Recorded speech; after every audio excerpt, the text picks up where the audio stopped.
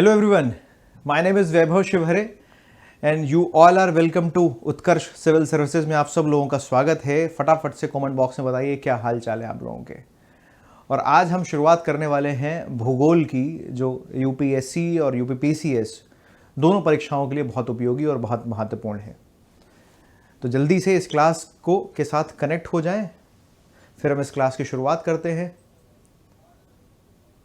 फटाफट से इस क्लास के साथ कनेक्ट हो जाए ताकि हम शुरुआत कर सकें इस क्लास की।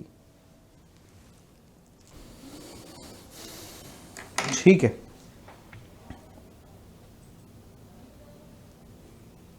तो करें स्टार्ट।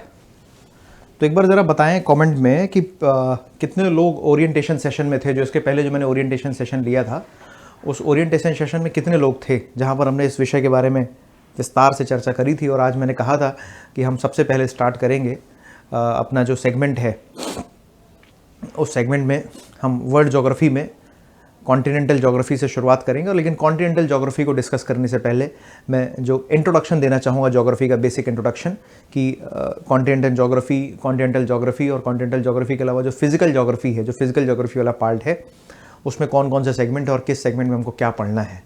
ध्यान रखिएगा, ये जो बैच है, ये जो आगामी जो प्रारंभिक परीक्षा है, उस आगामी प्रारंभिक परीक्षा को ध्यान में रखते हुए इस बैच में मैं आपका कोर्स कंप्लीट कराऊंगा। ठीक है, हाँ जी बिल्कुल।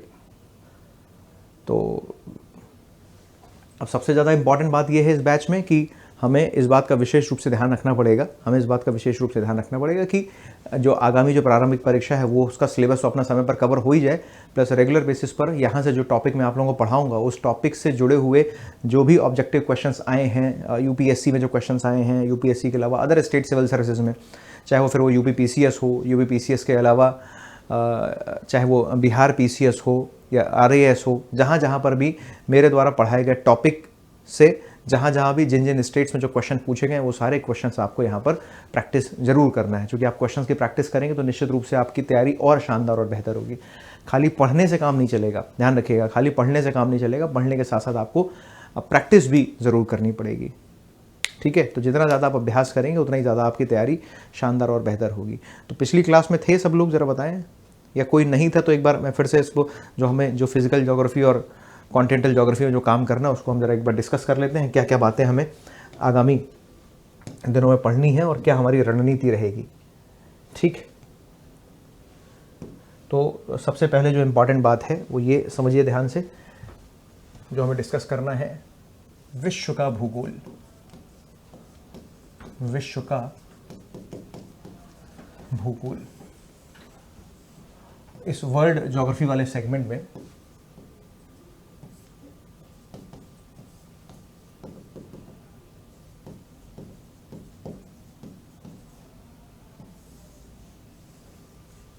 वर्ल्ड ज्योग्राफी, विश्व का भूगोल।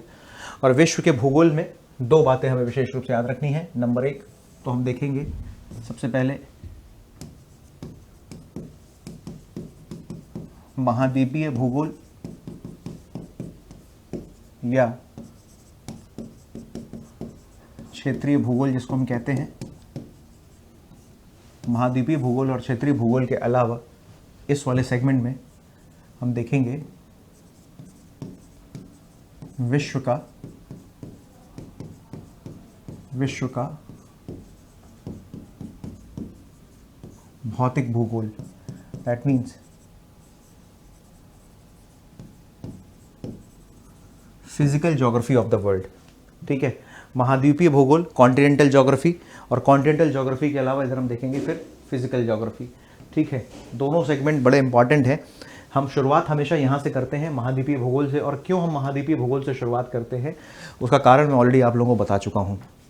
महाद्वीपीय भूगोल से शुरुआत करने का कारण एक तो ये है कि मैप बेस्ड जो क्वेश्चंस हैं आपके प्रारंभिक परीक्षा में, जो आपकी जो प्रारंभिक परीक्षा है, इस प्री एग्जाम में, प्रारंभिक परीक्षा में हमेशा याद रखिएगा कि चाहे वो यूपीपीसीएस हो, यूपीएससी हो, बीपीएससी हो या आरएएस हो, हमेशा दोस्तों यहाँ पर मैप बेस्ड क्वेश्चन पूछे जाते हैं। मैप बेस्ड क्वेश्चंस हमेशा प्री में पूछे जाते हैं। आप उठा के देखिए पेपर, चाहे वो यूपी का प्री देख लीजिए या यूपीएससी का प्री देखें या बीपीएससी का प्री देखें या आरएएस का प्री देखें, हमेशा मैप बेस्ड क्वेश्चन पूछे जाते हैं। और मैप बेस्ड क्वेश्चन में जो ज़रूरत इस बात की कि जितने भी महत्वपूर्ण जो कॉन्टिनेंट हैं, जितने भी जो इंपॉर्टेंट कॉन्टिनेंट हैं दोस्तों, वो सारे के सारे कॉन्टिनेंट हमें अच्छे तरीके से क्लियर होना चाहिए। अगर आपको कॉन्टिनेंट क्लियर होंगे अगर सारे कॉन्टिनेंट आपको क्लियर होंगे, ठीक है, चाहे वो उत्तर अमेरिका हो, दक्षिण अमेरिका हो, उत्तर अमेरिका, दक्षिण अमेरिका, यूरोप, अफ्रीका, एशिया और ऑस्ट्रेलिया, जितने भी कॉन्टिनेंट हैं, हम सारे कॉन्टिनेंट्स का अध्ययन करेंगे। यहाँ पर सबसे पहले शुरुआत करेंगे हम यहाँ पर दक्षिण अमेरिका, दूसरा उत्तर अमेरिका, दक्षिण अमेरिका, उत्तर अमेरिका, फिर उसके बाद तीसरा कॉन्टिनेंट अफ्रीका, अफ्रीका के बाद हम देखेंगे यूरोप, और यूरोप के बाद ऑस्ट्रेलिया, और ऑस्ट्रेलिया के बाद हम देखेंगे एशिया। एशिया को थोड़ा सा डिटेल में ज़्यादा देखेंगे, इसलिए डिटेल में ज़्यादा देखेंगे चूँकि भारत के भूगोल में भी ये आपको बहुत ज़्यादा काम आने वाला है ना। भारत के भूगोल में भी आपको ये बहुत ज़्यादा हेल्पफुल रहेगा आपके लिए। तो पहले हम शुरुआत यहाँ से करेंगे, ठीक, यहाँ से इस वाले सेगमेंट से शुरुआत करेंगे, और इस वाले सेगमेंट के बाद फिर हम इस वाले सेगमेंट में मूव करेंगे। और ये वाले सेगमेंट में हम ये ध्यान रखेंगे कि जो सबसे पहला जो बहुत महत्वपूर्ण सेगमेंट है जिसको हम बोलते हैं जियोमॉर्फोलॉजी, ये वाला सेगमेंट है जियोमॉर्फोलॉजी, ठीक है। और इस जियोमॉर्फोलॉजी जिसको हम कहते हैं हिंदी में भू आकृतिक विज्ञान, और भू आकृतिक विज्ञान के बाद दूसरा जो सेगमेंट आता है वो आता है महासागर ओशनोग्राफी,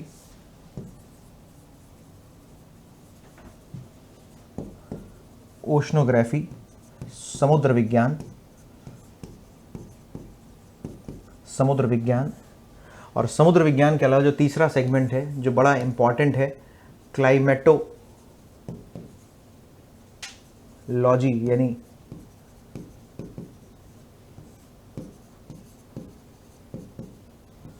जलवायु विज्ञान, क्लाइमेटोलॉजी, जलवायु विज्ञान। तो ये जो चारों के चारों जो सेगमेंट हैं, ये जो तीनों सेगमेंट है बड़े इंपॉर्टेंट हैं। अब इसमें जब मैं आपको पढ़ाना शुरू करूंगा, जब मैं ये वाला सेगमेंट, पहले हम शुरुआत यहाँ से करेंगे और इस वाले सेगमेंट के बाद हम इस वाले सेगमेंट में आएंगे। दोनों ही सेगमेंट में मेरा हमेशा फोकस इस बात पर रहेगा कि हम हमेशा PYQ का एनालिसिस अपने क्लासरूम में जरूर करते रहेंगे। PYQ मतलब प्रीवियस ईयर क्वेश्चंस का एनालिसिस जरूर करते रहेंगे, क्योंकि दोस्तों प्रीवियस ईयर क्वेश्चंस का जितना ज़्यादा आप एनालिसिस करेंगे, समझना इस बात को, प्रीवियस ईयर क्वेश्चन पेपर का जितना ज़्यादा आप एनालिसिस करेंगे उतना ही ज़्यादा आपका सब्जेक्ट बेहतर होगा एग्जाम के पॉइंट ऑफ व्यू से, है ना।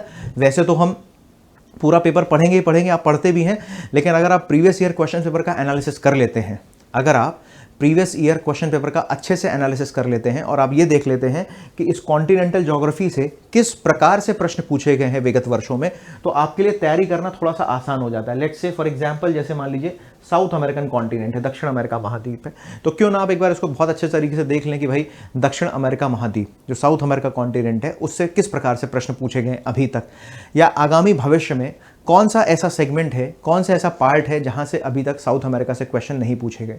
प्लस दूसरी इंपॉर्टेंट बात दोस्तों ये है, याद रखिएगा, दूसरी इंपॉर्टेंट बात ये है कि ये जो साउथ अमेरिकन जो कॉन्टिनेंट है या कोई भी कॉन्टिनेंट है, मैं इसको इस तरीके से पढ़ाऊंगा कि वर्तमान में जो घटनाएं घट रही हैं करंट अफेयर्स के पॉइंट ऑफ व्यू से कौन सा साउथ अमेरिका का कौन सा कॉन्टिनेंट, साउथ अमेरिका महाद्वीप का कौन सा देश चर्चा में रहा। जैसे हम बात करें जो साउथ अमेरिका कॉन्टिनेंट में जो हम लिथियम ट्रायंगल की बात करते हैं, बोलीविया, चिली और अर्जेंटीना, लिथियम ट्रायंगल की हम बात करते हैं, तो हम जब मैं आपको साउथ अमेरिका कॉन्टिनेंट पढ़ाऊंगा तो हम बात करेंगे लिथियम ट्रायंगल की भी बात करेंगे जो पिछले दिनों न्यूज़ में था।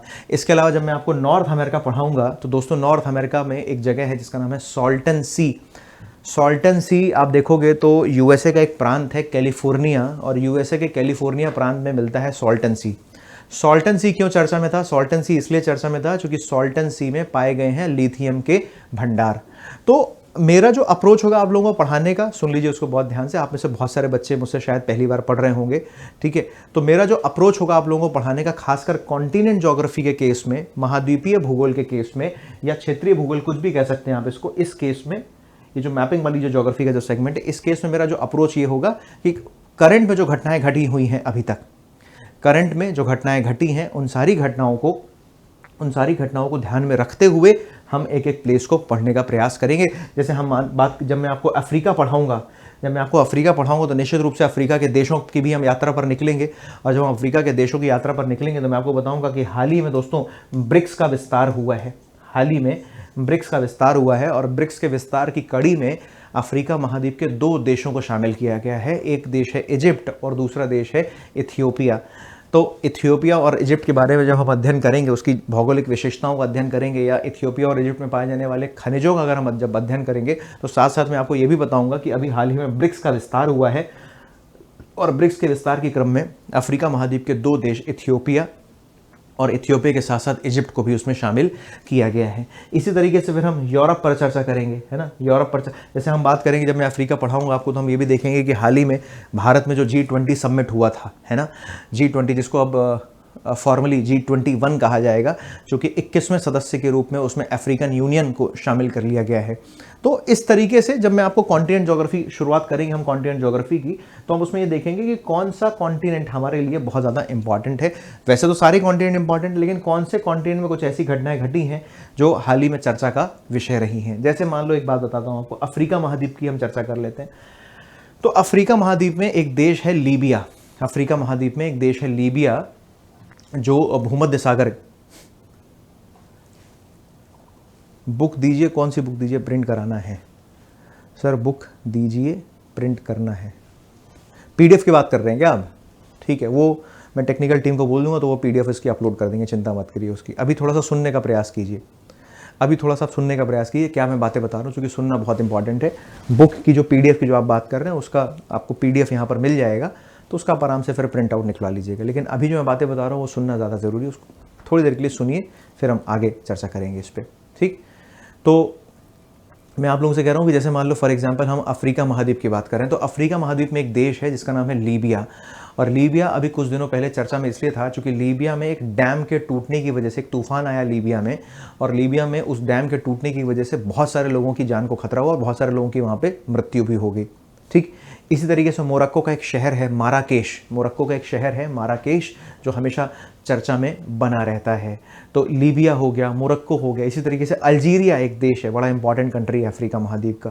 तो अल्जीरिया में क्या घटनाएं हुई हैं अभी रिसेंटली कुछ दिनों में, या लीबिया में क्या घटनाएं हुई हैं, या मोरक्को में क्या घटनाएं हुई हैं, ये सारी बातें हमारे लिए इंपॉर्टेंट है, और इन सारी बातों को ध्यान में रखते हुए हम अपनी तैयारी को आगे बढ़ाएंगे।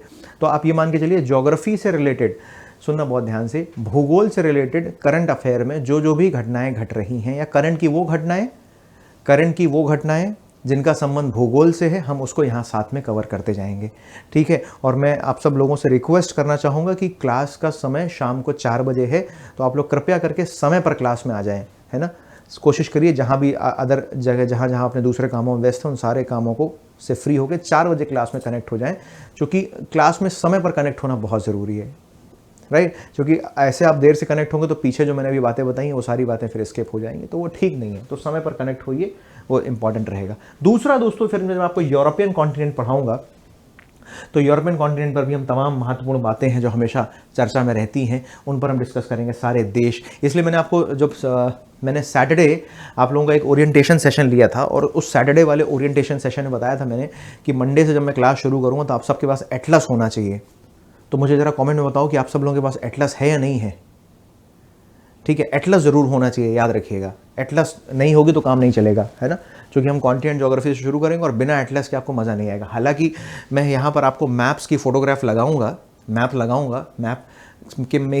के माध्यम से मैं आपको दिखाऊंगा, लेकिन फिर भी आप लोगों के पास एटलस होना चाहिए, ठीक। दूसरा दोस्तों हम बात करते हैं, फिर इसके बाद आएगा अपना अगला कॉन्टिनेंट ऑस्ट्रेलिया।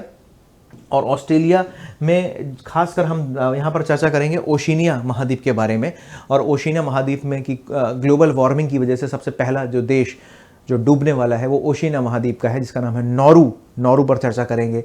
ओशिनिया महाद्वीप में एक टोगो नाम का एक द्वीप है, टोगो नाम का एक आइलैंड है, जहाँ पर अभी खतरनाक ज्वालामुखी विस्फोट हुआ था। फिर उसी ओशिनिया महाद्वीप में दोस्तों एक देश है न्यूजीलैंड की पर हम चर्चा करेंगे, जहां सिंगल यूज प्लास्टिक को बैन करने वाला, ध्यान रखिएगा, सिंगल यूज प्लास्टिक को बैन करने वाला विश्व का पहला देश बन गया है न्यूजीलैंड, जिसने सिंगल यूज प्लास्टिक को बैन कर दिया है।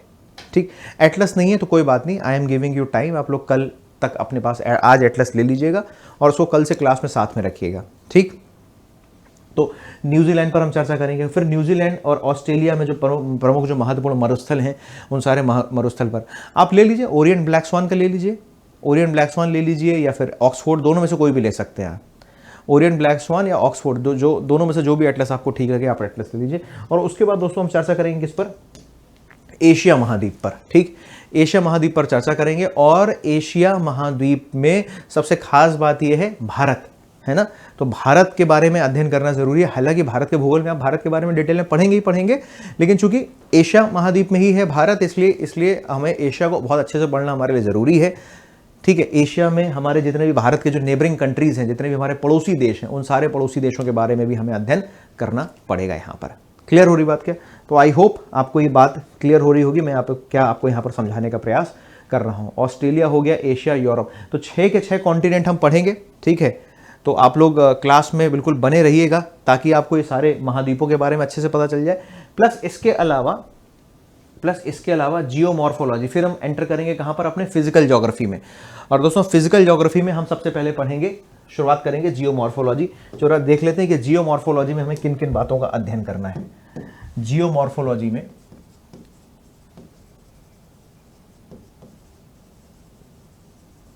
जियोमॉर्फोलॉजी यानी भू आकृतिक विज्ञान। ठीक, बेसिकली जियोमॉर्फोलॉजी यानी भू आकृतिक विज्ञान। नोट्स निकाल लीजिए, हाँ नोट्स निकाल लीजिए और नोट्स में नोट डाउन करना शुरू कर दीजिए कि जियोमॉर्फोलॉजी में जो हमें बेसिकली पढ़ना होगा वो हम देखेंगे सबसे पहले पृथ्वी की आंतरिक संरचना, पृथ्वी की आंतरिक संरचना, इंटरनल स्ट्रक्चर ऑफ अर्थ, यानी पृथ्वी की आंतरिक संरचना का अध्ययन करेंगे। और इसमें हम जानेंगे बेसिकली कि हमारा पृथ्वी के अंदर जो हमारा लिथोस्फीयर और लिथोस्फीयर के साथ साथ जो एस्थेनोस्फीयर और लिथोस्फीयर का हमें यहाँ पर व्यापक डिटेल में अध्ययन करना है। एस्थेनोस्फीयर क्या है, लिथोस्फीयर क्या है, पृथ्वी की आंतरिक संरचना में। अभी मैं इन शॉर्ट सिर्फ आपको ओवरव्यू दे रहा हूं, है ना, ओवरव्यू दे रहा हूं, क्योंकि किसी भी सब्जेक्ट में घुसने से पहले जरूरी है कि आप उसका ओवरव्यू जान लें। तो जब हम जियोमॉर्फोलॉजी पढ़ेंगे तो जियोमॉर्फोलॉजी में हम देखेंगे सबसे पहले यहाँ पर, जैसे आपको पता है कि ऊपर है क्रस्ट है, क्रस्ट के बाद फिर यहाँ पर आपको मेंटल है, और मेंटल के बाद फिर कोर है। तो क्रस्ट, मेंटल, कोर, इन सब का हम यहाँ पर अध्ययन करना है जियोमॉर्फोलॉजी में, राइट। इसके अलावा आप देखोगे दूसरी चीज, तो पहला तो पृथ्वी की आंतरिक संरचना हो गया। दूसरा दोस्तों जियोमॉर्फोलॉजी में जो बड़ा इंपॉर्टेंट टॉपिक है, समझना ध्यान से, जियोमॉर्फोलॉजी का जो बड़ा इंपॉर्टेंट टॉपिक है, और वो इंपॉर्टेंट टॉपिक है जिसको हम कहते हैं वेगनर का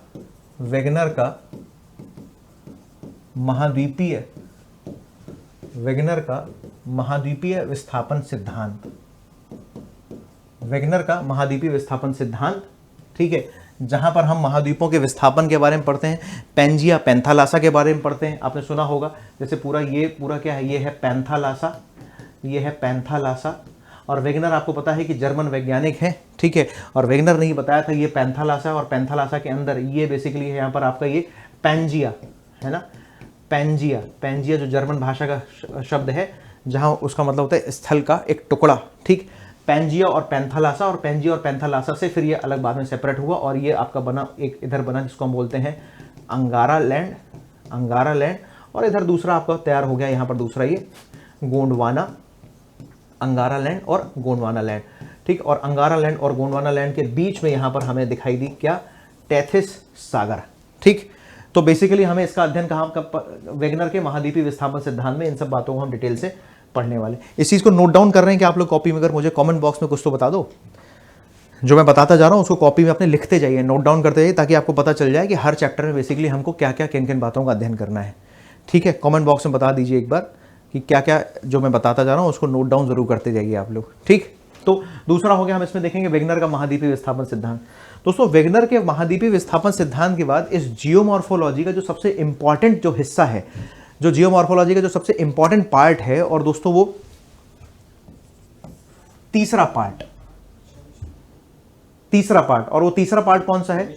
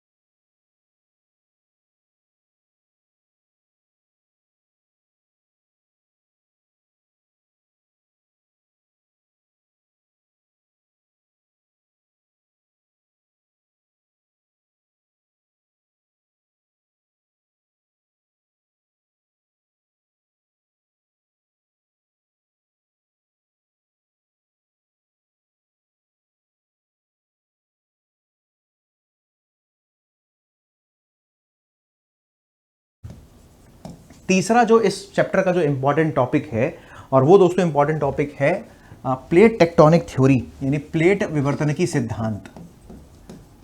प्लेट विवर्तनिकी सिद्धांत, ठीक है। और ये प्लेट विवर्तनिकी सिद्धांत दोस्तों, ये वही प्लेट टेक्टोनिक थ्योरी है, इंग्लिश में प्लेट टेक्टोनिक थ्योरी बोलते हैं, जो डब्ल्यू.जे. मॉर्गन और हैरी हेस के द्वारा दी गई थी। डब्ल्यू.जे. मॉर्गन और हैरी हेस के द्वारा ये प्लेट टेक्टोनिक थ्योरी दी गई थी। इसके पहले हालांकि आर्थर होम्स नाम के वैज्ञानिक ने सागर नितल प्रसरण और जो कन्वेक्शनल थ्योरी है, जो तापीय संवहनीय तरंग का जो सिद्धांत उसके बारे में बताया था। और यहीं जब आप प्लेट टेक्टोनिक थ्योरी पढ़ोगे तो प्लेट टेक्टोनिक थ्योरी में ही आपको सागर नितल प्रसरण,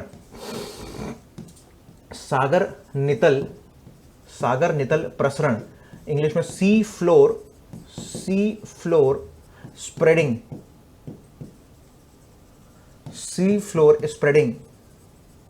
थ्योरी बोलते हैं, सागर नितल प्रसरण बोलते हैं, और सी फ्लोर स्प्रेडिंग थ्योरी के बारे में हमें यहां पर पढ़ना होगा, ठीक। तो चूंकि सागर नितल प्रसरण जब आप समझ जाओगे तो अपने आप प्लेट टेक्टोनिक थ्योरी भी समझ जाओगे। लेकिन सागर नितल प्रसरण और प्लेट टेक्टोनिक को समझने से पहले आपको जरूरत होगी इसको समझना, वेगनर के महाद्वीपीय विस्थापन सिद्धांत को। क्योंकि जब आप वेगनर का महाद्वीपीय विस्थापन सिद्धांत पढ़ोगे तो उसमें ही आपको पढ़ने को मिलेगा कि सारे के सारे महाद्वीप तो सारे आपस में क्या थे, पहले जुड़े हुए थे। फिर इधर देखोगे तुम सारे महाद्वीप, ये इस तरीके से यहाँ दक्षिण अमेरिका, साउथ अमेरिका जुड़ा हुआ था, ये यहाँ पर आपका अफ्रीका था, और यहीं पर यहाँ पर आपका जुड़ा हुआ था ये पेनिनसुलर इंडिया, जिसको हम प्रायद्वीपीय भारत बोलते हैं। और यहीं पर आपका हिस्सा जो ऑस्ट्रेलिया वाला था, ऑस्ट्रेलिया वाला हिस्सा भी जुड़ा हुआ था, है ना। ये पूरा इधर आपका यूरेशिया वाला हिस्सा था, और यहां पर आपका ये पूरा कनेक्टर था आपका ये नॉर्थ अमेरिका। तो पहले आपको समझना, वेगनर के महाद्वीपीय विस्थापन सिद्धांत को अगर तुमने समझ लिया तो आप बड़े आसानी से फिर सागर नितल प्रसरण को आप समझ लेंगे। सागर नितल प्रसरण जो हैरी हेस ने दिया था, सागर नितल प्रसरण, सी फ्लोर स्प्रेडिंग थ्योरी, और सी फ्लोर स्प्रेडिंग थ्योरी के साथ साथ प्लेट टेक्टोनिक थ्योरी जो डब्ल्यू.जे. मॉर्गन ने जिसका वैज्ञानिक व्याख्या करी बाद में आगे जाके। तो डब्ल्यू.जे. मॉर्गन का जो प्लेट टेक्टोनिक सिद्धांत है जिसकी वैज्ञानिक व्याख्या डब्ल्यू.जे. मॉर्गन ने करी, उसको आप समझ पाओगे। लेकिन उसके पहले आपको इसको समझना बहुत जरूरी है, वेगनर के महाद्वीपीय विस्थापन सिद्धांत को। आप मान के चलो कि ये पूरा जो जियोमॉर्फोलॉजी है, जियोमॉर्फोलॉजी का एकदम कोर कॉन्सेप्ट है, जियोमॉर्फोलॉजी का एकदम कोर कॉन्सेप्ट है। चाहे वो पृथ्वी की आंतरिक संरचना की बात हो, इंटरनल स्ट्रक्चर ऑफ अर्थ, जहां पर हमें लिथोस्फीयर और एस्थेनोस्फीयर का अध्ययन करना है, ठीक है। और यही पृथ्वी की आंतरिक संरचना में, जिसको हम आगे जानेंगे कि हम इसको सियाल सीमा और निफे के नाम से हम इसको जानते हैं। मैं अभी फिर से रिपीट कर रहा हूं बार बार, I am giving you just an overview of this geomorphology, है ना। मैं किसी भी चैप्टर को शुरुआत करने से पहले उसका एक ओवरव्यू हम पूरा देते हैं कि हमें इस चैप्टर में आगे हमें बेसिकली पढ़ना क्या क्या है, कौन कौन सी बातों का हमें यहाँ पर अध्ययन करना है, ठीक है। तो इसलिए कॉपी में इसको नोट डाउन करते जाइएगा। तो सियाल सीमा इसका अध्ययन करेंगे, फिर वेगनर का महाद्वीपीय विस्थापन सिद्धांत देखेंगे। अपार्ट फ्रॉम दैट फिर हम आ जाएंगे अपने प्लेट टेक्टोनिक थ्योरी पर। किस पर आ जाएंगे? Plate tectonic plate tectonic theory पर आएंगे और प्लेट टेक्टोनिक थ्योरी के साथ साथ हमें समझना होगा सी फ्लोर स्प्रेडिंग थ्योरी, सागर नितल प्रसरण। क्योंकि अगर आपने सागर नितल प्रसरण को ठीक से समझ लिया तो बड़े ध्यान से आप आराम से समझ पाओगे प्लेट टेक्टोनिक थ्योरी को। और दोस्तों इसी चैप्टर के इस टॉपिक में प्लेट टेक्टोनिक थ्योरी में ही आपको छोटी प्लेटों और दूसरा जो बड़ी प्लेटें हैं, छोटी प्लेटें और बड़ी प्लेटें हैं, आपने प्लेट्स तो सुना होगा है ना, एक दृढ़ भूखंड है जिसको हम प्लेट की संज्ञा देते हैं, ठीक है। छोटी प्लेट और बड़ी प्लेटों के बारे में अध्ययन करने को भी आपको यहीं पर मिलेगा इस वाले प्लेट टेक्टोनिक थ्योरी में। अब यहां पर एक बड़ी इंपॉर्टेंट बात निकल के आती है दोस्तों, जो प्लेट टेक्टोनिक थ्योरी जब आप पढ़ लोगे, प्लेट टेक्टोनिक थ्योरी आप पढ़ लोगे तो इसी प्लेट टेक्टोनिक थ्योरी से जुड़े हुए हैं कुछ महत्वपूर्ण कंसेप्ट। क्या जुड़े हुए हैं? इसी प्लेट टेक्टोनिक थ्योरी से जुड़े हुए हैं, यहां पर समझना आपसे पर्वतों का निर्माण। पर्वतों का निर्माण प्लेट टेक्टोनिक थ्योरी से जुड़ा हुआ है, पर्वतों का निर्माण। आज अगर हम हिमालय की बात करें, तो हिमालय का निर्माण किस वजह से हुआ है? हिमालय का निर्माण भी तो दो प्लेटों के आपस में अभिसरण यानी कन्वर्जेंट ऑफ टू प्लेट्स, है ना। और वो दो प्लेटें कौन कौन सी हैं? वो एक प्लेट तो है इंडो ऑस्ट्रेलियन प्लेट और दूसरी है आपकी यूरेशियन प्लेट। तो इंडो ऑस्ट्रेलियन प्लेट और यूरेशियन प्लेट के आपस में अभिसरित होने के परिणाम स्वरूप हिमालय का फॉर्मेशन हुआ है ना। इसी प्रकार से आप नॉर्थ अमेरिका महाद्वीप में देखोगे, नॉर्थ अमेरिका और साउथ अमेरिका महाद्वीप में क्रमशः रॉकीज और एंडीज पर्वतमालाएं हैं, ठीक। और रॉकीज और एंडीज पर्वतमाला, अब देखो इसलिए मैं रॉकीज और एंडीज बोल रहा हूं, अभी आपने मैपिंग करी नहीं है, इसीलिए मैं कहता हूं हमेशा कि सबसे पहले हम क्या करते हैं? मैपिंग करते हैं। क्योंकि मान लो प्लेट टेक्टोनिक थ्योरी पढ़ा रहा हूं मैं आपको, ठीक, और प्लेट टेक्टोनिक थ्योरी में मैं आपको पर्वतों का निर्माण समझाऊंगा, और पर्वतों का निर्माण समझाऊंगा तो ऐसा तो नहीं कि खाली मैं हिमालय के बारे में बता के आगे बढ़ जाऊंगा। जब मैं पर्वतों के निर्माण की प्रक्रिया आपको समझा रहा हूं बेटा, तब मैं आपको एंडीज और रॉकीज के बारे में भी तो बताऊंगा कि एंडीज और रॉकीज दोनों जो है ज्वालामुखी पर्वत है, वलित पर्वत है, और इनका निर्माण कैसे हुआ है ये प्लेट टेक्टोनिक थ्योरी में हम समझेंगे। लेकिन पहले तो हम निर्माण की प्रक्रिया तो बाद की बात है, लेकिन पहले ये भी समझना पड़ेगा कि जिनके निर्माण के बारे में हम जान रहे हैं, जिनके निर्माण के बारे में हम पढ़ रहे हैं, उनकी बेसिकली लोकेशन कहां पर है। तो पता चलना चाहिए कि हमें बेसिकली एंडीज पर्वत जो है दक्षिण अमेरिका महाद्वीप के पश्चिमी तट पर पूरा ऊपर से नीचे तक, वेनेजुएला से नीचे चिली तक फैला हुआ है। इसी तरीके से रॉकीज पर्वतमाला पूरा ऊपर नीचे अलास्का से लेके नीचे कैलिफोर्निया और फिर इधर मैक्सिको तक उसका पूरा विस्तार है। पश्चिमी दोनों महाद्वीपों के पश्चिमी तट पर ऊपर रॉकीज पर्वत है नॉर्थ अमेरिका में, और नीचे साउथ अमेरिका में एंडीज पर्वत है। दोनों ही अपने महाद्वीपों में पश्चिमी तट पर अवस्थित हैं। तो पहले आप मैप से देखेंगे तब समझ पाएंगे ना। पहले इसलिए मैं कहता हूं कि इसीलिए हमेशा आपको जब भी आप ज्योग्राफी पढ़ना शुरू करें, ज्योग्राफी पढ़ने के क्रम में सबसे पहले आपको मैप के माध्यम से इस बात का अध्ययन करना होगा कि बेसिकली सबकी लोकेशन कहां पर है। और आई होप धीरे धीरे जब आप मेरे साथ आगे पढ़ना शुरू करेंगे तो इस बात की आपको भली भांति जानकारी हो जाएगी कि क्यों सर पहले मैपिंग करा रहे हैं या क्यों सर पहले कॉन्टिनेंटल ज्योग्राफी हमें पढ़ा रहे हैं, ठीक। तो प्लेट टेक्टोनिक थ्योरी में हम देखेंगे सबसे पहले यहां पर पर्वतों का निर्माण, ठीक। पर्वतों का निर्माण प्लेट टेक्टोनिक थ्योरी के माध्यम से हो रहा है। दूसरा प्लेट टेक्टोनिक थ्योरी का, ये तो थ्योरी है, अब इस थ्योरी से क्या क्या घटनाएं घट रही हैं, यानी हमें भूखंड पर, हमारे भूस्थल पर या हमारे इस उच्चावच में, भौगोलिक उच्चावच में हमें कौन कौन सी घटनाएं दिख रही हैं। तो एक तो पर्वतों का निर्माण है, पर्वतों के निर्माण के अलावा भूकंपीय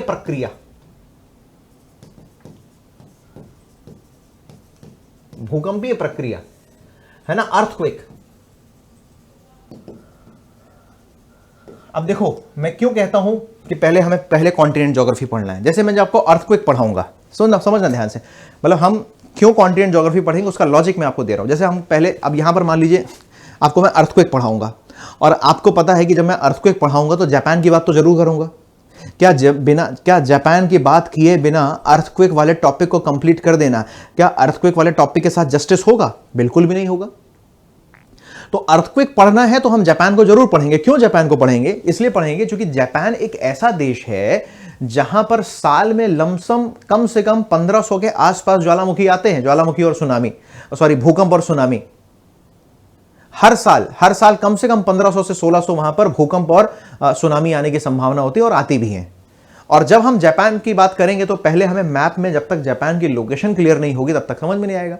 क्योंकि दोस्तों इसी प्लेट टेक्टोनिक सिद्धांत में मैं आपको समझाऊंगा कि क्यों, वाई जापान, कि जापान में क्यों इतने ज्यादा भूकंप आ रहे हैं, क्या कारण है कि जापान में इतने ज्यादा भूकंप आ रहे हैं, जापान ही क्यों। जापान में भूकंप इसलिए ज्यादा आ रहे हैं क्योंकि एक प्लेट है यूरेशियन प्लेट, समझना बहुत ध्यान से, एक प्लेट है यूरेशियन प्लेट और दूसरी प्लेट है प्रशांत महासागरीय प्लेट। तो यूरेशियन प्लेट और प्रशांत महासागरीय प्लेटों के आपस में टकराने की वजह से जापान की जो अवस्थिति है, बेसिकली जापान कहाँ अवस्थित है, जैसे मान लीजिए फॉर एग्जांपल ये रिमोट है और ये जापान है, थोड़ी देर के लिए मान लीजिए आप, और जापान ये यहाँ पर सिचुएटेड है जापान। अब समझना ध्यान से, ये वाला जो मेरा लेफ्ट हैंड है ये है यूरेशियन प्लेट, ये यूरेशियन प्लेट है, और जो मेरा जो राइट हैंड है ये है आपका, ये लेफ्ट हैंड मेरा यूरेशियन प्लेट है और जो राइट हैंड है ये है पैसिफिक प्लेट। तो जहाँ पर यूरेशियन प्लेट और पैसिफिक प्लेट आपस में टकरा के, जहाँ पैसिफिक प्लेट नीचे जा रही है, जहाँ पर पैसिफिक प्लेट नीचे जा रही है वहीं पर सिचुएटेड है जापान। और जहाँ दो प्लेट्स आपस में टकराती हैं उसको हम बोलते हैं दोस्तों सबडक्शन जोन। क्या बोलते हैं उसको? सबडक्शन जोन बोलते हैं उसको।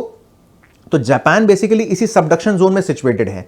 अभी आपको पता है कि जापान के नोटो प्रायद्वीप में, अशिकावा पेनिनसुला, अशिकावा प्रोविंस में, नोटो प्रायद्वीप में अभी ये भूकंप आया था, है ना, जो काफी उच्च तीव्रता का भूकंप था। तो क्यों जापान में भूकंप ज्यादा आ रहे हैं? उसके पास में तो इंडोनेशिया भी है, उसके पास में तो इंडोनेशिया भी है ना। इंडोनेशिया में इतने भूकंप क्यों नहीं आ रहे हैं?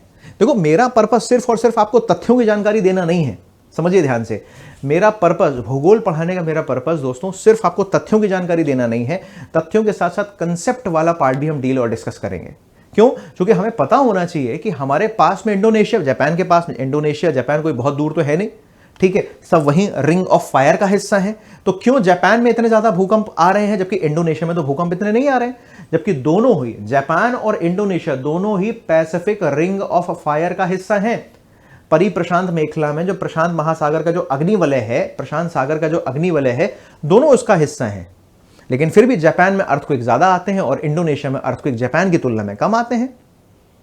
कारण मैंने आपको बताया कि वो जापान सबडक्शन। तो ऐसे करके हर कंसेप्ट के पीछे, हर घटना के पीछे क्या लॉजिक है, क्या कॉन्सेप्ट है, उसको पढ़ना बेटा बहुत जरूरी है। क्योंकि आप यूपीएससी की तैयारी कर रहे हो और यूपीएससी की तैयारी के दौरान आपको इस बात का ध्यान रखना पड़ता है कि आपको चीज़ें रटनी नहीं है, घटनाएं आपको याद नहीं करनी है ना। फैक्ट ही केवल रटना नहीं है, फैक्ट के साथ साथ आपका कंसेप्ट भी डेवलप होना बहुत जरूरी है। क्योंकि अगर आपका कंसेप्ट डेवलप नहीं हो रहा तो फिर मामला गड़बड़ हो जाएगा।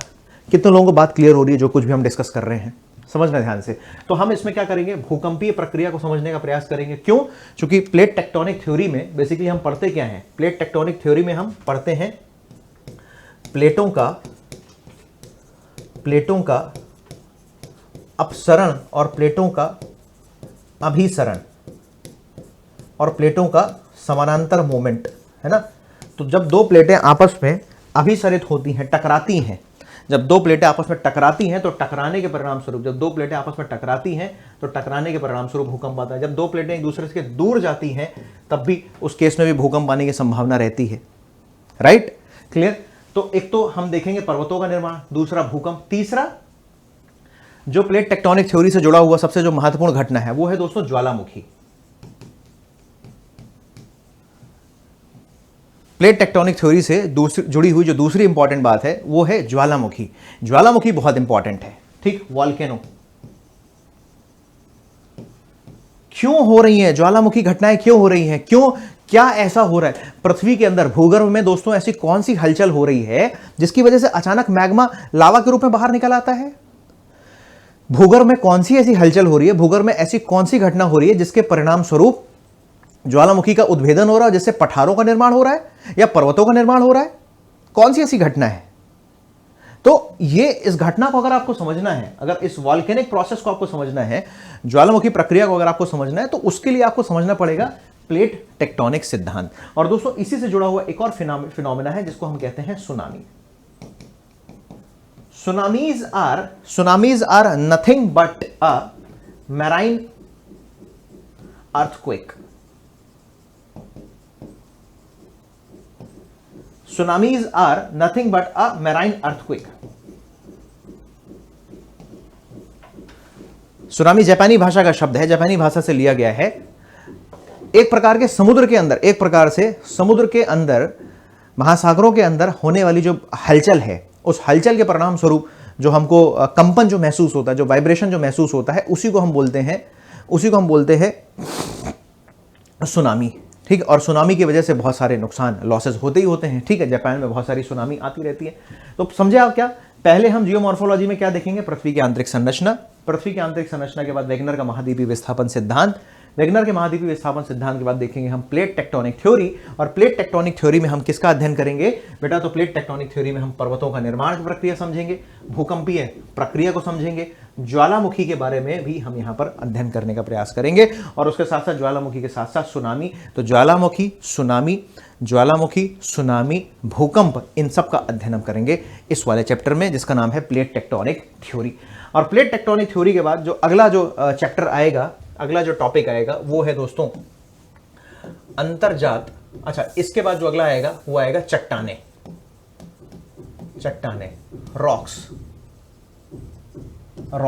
रॉक्स के बारे में भी अध्ययन हमें इसी चैप्टर में करना है। और आपको बताऊं मैं, प्रारंभिक परीक्षा में सुनिएगा ध्यान से, प्रीलिम्स एग्जाम में रॉक से क्वेश्चन आता ही आता है, चाहे वो यूपी हो, एमपी हो, यूपीएससी हो, बिहार हो, किसी भी स्टेट सिविल्स का एग्जाम हो या फिर यूपीएससी का एग्जाम हो, रॉक से क्वेश्चन जरूर देखने को मिलेंगे। अच्छा, जब मैं एक बात बोलता हूं कि रॉक से क्वेश्चन आता है या टेक्टोनिक थ्योरी से क्वेश्चन आता है, तो इस बात की आप पुष्टि कहां से करेंगे, इस बात की पुष्टि कहां से करेंगे बताइए कमेंट बॉक्स में। जब मैं बात बोलता हूं कि यहां से क्वेश्चन आता है, वहां से क्वेश्चन आता है, तो इस बात की पुष्टि कैसे करेंगे, इस बात की पुष्टि करना है तो आप प्रीवियस ईयर क्वेश्चन पेपर उठा के देख लीजिए, यूपीएससी के देख लीजिए, यूपीपीसीएस देख लीजिए, आरएएस, बीपीएससी, एमपीपीएससी, किसी का भी देख लीजिए आप प्रीवियस ईयर क्वेश्चन जो पूछे गए हैं उन प्रीवियस ईयर क्वेश्चंस में आप देखो कि इस चैप्टर से आपको क्वेश्चन मिल जाएंगे। रॉक, तो रॉक की जब बात करेंगे तो आपको पता है कि रॉक में हम चर्चा करते हैं किसकी, आग्नेय चट्टान की, जिसको हम प्राइमरी रॉक या जिसको हम प्राथमिक चट्टान कहते हैं। ठीक है, आग्नेय के बाद दूसरी है आपकी अवसादी चट्टानें, सेडिमेंट्री रॉक्स, एक तो हो गई इग्नियस रॉक्स,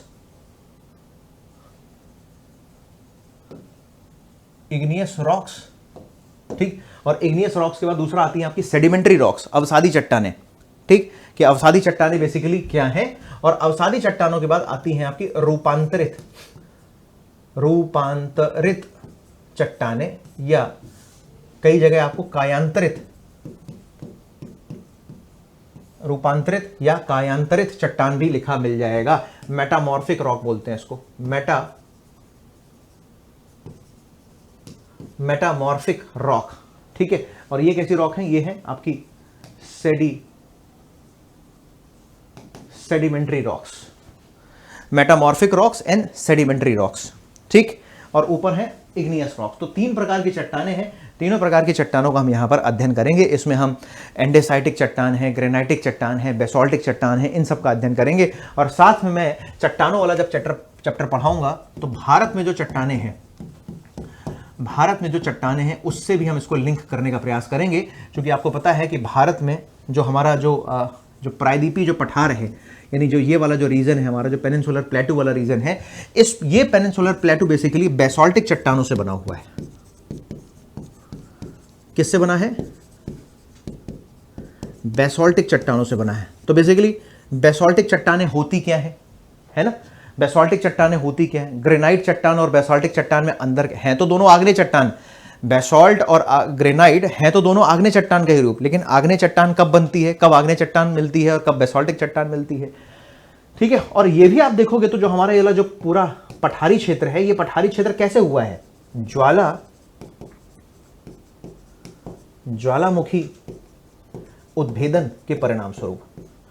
और कैसा उद्भेदन है, ये दरारी उद्भेदन है ना, फिशर इरप्शन है। तो बिल्कुल कतई चिंता मत करो, देखो एक एक शब्द जो मैं यहां पर लिख रहा हूं, मैं आपको इस पूरे चैप्टर का ओवरव्यू दे रहा हूं, ताकि आप जब मैं पढ़ाना शुरू करूं तो आपके मन में क्लैरिटी रहे कि सर अच्छा ये टॉपिक करा रहे हैं और इस टॉपिक के बाद सर ये वाला टॉपिक कराएंगे। ठीक, इसलिए मैं आपको एक ओवरव्यू दे रहा हूं ताकि बेसिक टर्मिनोलॉजीज जो होंगी इस चैप्टर की, दोस्तों इस चैप्टर की जो बेसिक टर्मिनोलॉजीज होंगी उन टर्मिनोलॉजी से आप परिचित हो जाएं। तो यहां पर याद रखिएगा, ये दरारी ज्वालामुखी, दरारी उद्भेदन के परिणाम स्वरूप जो इरप्शन हो रहा है वो। फिर इसी तरीके से हम बात करेंगे यहां पर, इसी तरीके से हम यहां पर बात करेंगे दोस्तों हिमालय की। जब हम बात करेंगे कि ये हिमालय में जो पाई जाने वाली चट्टानें कौन कौन सी हैं, हिमालय रीजन में पाई जाने वाली चट्टानें कौन सी हैं, तो हिमालय रीजन में पाई जाने वाली जो चट्टानें हैं वो अवसादी चट्टानें हैं। ठीक, अवसादी चट्टानें हैं। जैसे हम देखेंगे ये वाली जो चट्टान है, इस वाली चट्टानों में आप देखोगे तो 98% कोयला यहां से आपको मिलता है। तो किस प्रकार की चट्टान में आपको कौन से खनिज मिलते हैं, ये भी इंपॉर्टेंट है, हमेशा याद रखिएगा। कौन सी चट्टानों में आपको कौन से खनिज मिलते हैं, ये इंपॉर्टेंट है। फिर यहीं पर याद रखिएगा, यहीं पर आपको उत्तर प्रदेश का बुंदेलखंड रीजन है। यहां पर उत्तर प्रदेश का बुंदेलखंड रीजन है, जहां पर ग्रेनाइट और नीस चट्टानें मिलती हैं, जो आर्कियन क्रम की चट्टानें हैं। ग्रेनाइट और नीस चट्टानें मिलती हैं जो आर्कियन क्रम की चट्टानें हैं, और इसका अध्ययन हम यहां पर करेंगे, ग्रेनाइट और नीस जो आर्कियन। और याद रखिएगा, ये जो आर्कियन क्रम की चट्टानें, they are the oldest rock. कैसी चट्टानें हैं? सबसे पुरानी चट्टानें। आपसे कोई पूछे कि सबसे पुरानी चट्टानें कौन सी है, तो तुम तुरंत बोल दो सर आर्कियन क्रम की चट्टानें सबसे पुरानी चट्टानें हैं। यस और नो? ऋषभ कुमार, कुमारी छवि, दीपिका रानी, क्लियर बात क्या? तो आप समझो कि जो सबसे जो पुरानी चट्टानें कौन सी है, वो आर्कियन क्रम की चट्टानें। तो चट्टानों वाले चैप्टर में हम देखेंगे पूरा। जैसे मान लो जैसे सुनिए एग्जांपल, जैसे मैं आप लोगों को जब नॉर्थ अमेरिका पढ़ाऊंगा, तो नॉर्थ अमेरिका में दोस्तों एक पर्वत है जिसको हम बोलते हैं अपलेशियन पर्वत। ठीक, अब दोस्तों जो अपलेशियन पर्वत है, इस अपलेशियन पर्वत में भी कोयले के भंडार बहुत ज्यादा हैं। नॉर्थ अमेरिका महाद्वीप में यूएसए नाम का एक देश है, और उस यूएसए के दक्षिण पूर्व में एक पर्वत श्रृंखला पाई जाती है, और उस पर्वत श्रृंखला का नाम है अपलेशियन पर्वत श्रृंखला या अपलेशियन पर्वत। ठीक, अवशिष्ट पर्वत का एग्जाम्पल है। और अपलेशियन पर्वत में बेसिकली किस क्रम की चट्टानें पाई जाती हैं? बहुत पुराने पर्वत हैं, तो वहां पर भी जो प्री कैम्ब्रियन युग की जो चट्टानें हैं, वहां पर वो चट्टानें पाई जाती हैं। इसी तरह भारत में अरावली हो गया, भारत में हिमालय हो गया, भारत में ये जो तुम्हारा दक्कन का पठार है या पेनिनसुलर प्लेट्यू है, यहां पर कौन से क्रम की चट्टानें पाई जाती हैं? इनमें से कौन से प्रकार की चट्टानें पाई जाती हैं? जैसे हिमालय, मैंने बताया कि आपको हिमालय का जो निर्माण है वो अवसादी चट्टानों से हुआ है। समझिएगा ध्यान से, हिमालय का निर्माण कैसे हुआ है? अवसादी चट्टानों से निर्माण हुआ है। जबकि ये वाला जो क्षेत्र है, इसका किससे निर्माण हुआ है? ये आग्नेय चट्टानें हैं, आग्नेय चट्टान, इग्नियस रॉक। यानी पृथ्वी के अंदर से जो भूगर्भ से जो मैग्मा निकलता है, मैग्मा जो पृथ्वी के ऊपर जो लावा जो बनता है, लावा जो निकलता है, उस लावा के जमकर ठंडा होकर जम जाने की प्रक्रिया से जो चट्टानों का निर्माण होता है, कैसी चट्टानें? आग्नेय चट्टानें। फिर कालांतर में वही आग्नेय चट्टानें छोटे छोटे कणों में जब टूटती हैं, छोटे बड़े कणों में टूटती हैं, तो वो अवसाद में परिवर्तित हो जाती हैं, इसलिए हम उसको अवसादी चट्टान बोलते हैं। फिर आग्नेय चट्टान का जब कई बार बहुत अधिक ताप और दाब की वजह से, आग्नेय चट्टान या अवसादी चट्टान में जब बहुत अधिक टेम्परेचर और प्रेशर पड़ता है, तो उसकी वजह से चट्टान का रूप परिवर्तित हो जाता है। जैसे आपके ऊपर कभी जब बहुत ताप और दाब जब आप सामना करते हैं, तो आपका रूप परिवर्तित होता है कि नहीं होता है? सेम इसी तरीके से आग्नेय और अवसादी चट्टानें जब इंटेंसिव टेम्परेचर और प्रेशर का जब इंटेंसिव टेम्परेचर और प्रेशर जब उस पर लगता है, तो उसकी वजह से उस चट्टान का जो रूप है ना, वो बदल जाता है। समझ रहे हैं? चट्टान का जो रूप है वो बदल जाता है, और चट्टान का वो जो रूप बदलता है उसको हम बोलते हैं कायांतरित या रूपांतरित चट्टान। क्या बोलते हैं उसको? कायांतरित या रूपांतरित चट्टान। जैसे हीरा, तो हीरा क्या है? डायमंड क्या है? कार्बन का एक रूपांतरित रूप है। हीरा, डायमंड क्या है? कार्बन का एक रूपांतरित रूप है, रूपांतरित चट्टान का एग्जाम्पल है। याद रखिएगा इस बात को। तो ये तो बात हो गई किसकी? चौथा चट्टान वाला चैप्टर हो गया। पांचवा जो चैप्टर हम पढ़ेंगे इसमें, याद रखिएगा, वो है आपके अंतर्जात एवं बहिर्जात बल, endogenetic and exogenetic forces. Endogenetic and exogenetic forces. अब एंडोजेनेटिक और जो एक्सोजेनेटिक जो फोर्सेस हैं, इसके बारे में हम अध्ययन करेंगे। कौन से हमारे अंतर्जात बल हैं और कौन से हमारे बहिर्जात। याद रखिएगा, इंपॉर्टेंट है, प्री में यहां से प्रश्न बनने की संभावना रहती है। अंतर्जात बल और बहिर्जात बल से क्वेश्चन पूछे जाते हैं। ठीक, अंतर्जात बल और बहिर्जात बल से क्वेश्चन यहां पर पूछे जाते हैं। तो अंतर्जात बल में हम क्या क्या देखेंगे कि इस अंतर्जात बल मतलब क्या हुआ? पृथ्वी के अंदर लगने वाले बलों के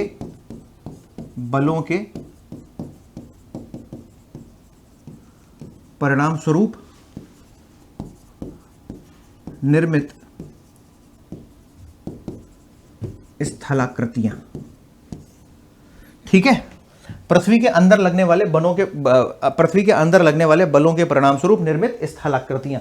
तो वो क्या कहलाता है? वो कहलाते हैं आपके अंतर्जात बल, एंडोजेनेटिक फोर्सेस। और ये कौन कौन से हैं? पृथ्वी के अंदर लगने वाले बल कौन कौन से हैं?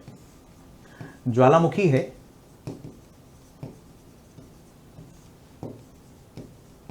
भूकंप है, ज्वालामुखी हो गया, भूकंप हो गया, इसके अलावा ज्वालामुखी हो गया, भूकंप हो गया। दो प्रमुख रूप से पृथ्वी के अंदर लगने वाले जो दो बल हैं वो कौन कौन से हैं? एक आपका है ज्वालामुखी और भूकंप। ठीक, ज्वालामुखी और भूकंप की वजह से पृथ्वी की जो आकृति है उसमें क्या होता है? पृथ्वी की आकृति में परिवर्तन होता है। जो भूखंड है, हमारा जो भूभाग है, उसमें विभिन्न प्रकार की आकृतियों का निर्माण होता है, इसको याद रखिएगा। क्लियर बात क्या? फिर इसी के परिणाम स्वरूप जब आप अंतर्जात बल पढ़ेंगे तो इसी अंतर्जात बल में हम देखेंगे महाद्वीपीय, या हम देखेंगे महादेशजनक संचलन। क्योंकि अंतर्जात और बहिर्जात बलों के परिणाम स्वरूप, समझिएगा, अंतर्जात और बहिर्जात बलों के परिणाम स्वरूप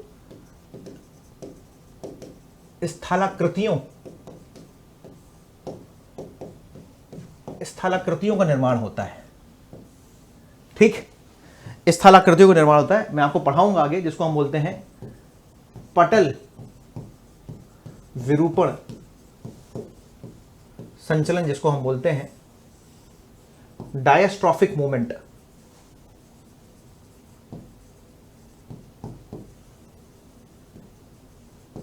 डायस्ट्रॉफिक मूवमेंट, पटल विरूपण संचलन। और इसी पटल विरूपण संचलन में महादेशजनक संचलन और दूसरा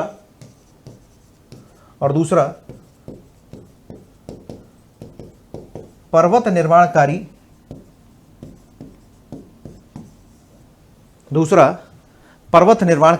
प्रक्रिया, महादेशजनक संचलन और दूसरा पर्वत निर्माणकारी प्रक्रिया। और इसी पर्वत निर्माणकारी प्रक्रिया में दोस्तों हम पढ़ेंगे किसके बारे में?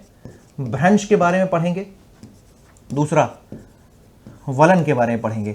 और जब हम भ्रंश के बारे में पढ़ेंगे, समझिएगा ध्यान से, भ्रंश के बारे में जब हम पढ़ेंगे तो यहां पर मैं आपको भ्रंश घाटी और रैंप घाटी के बारे में पढ़ाऊंगा। यहीं पर मैं आपको ब्लॉक पर्वत के बारे में पढ़ाऊंगा।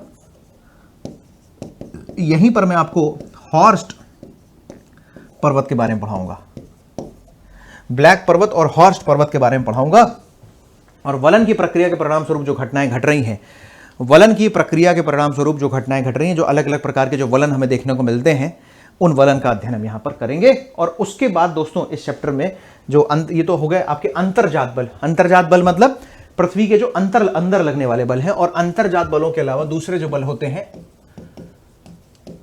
वो हैं आपके एक्सोजेनेटिक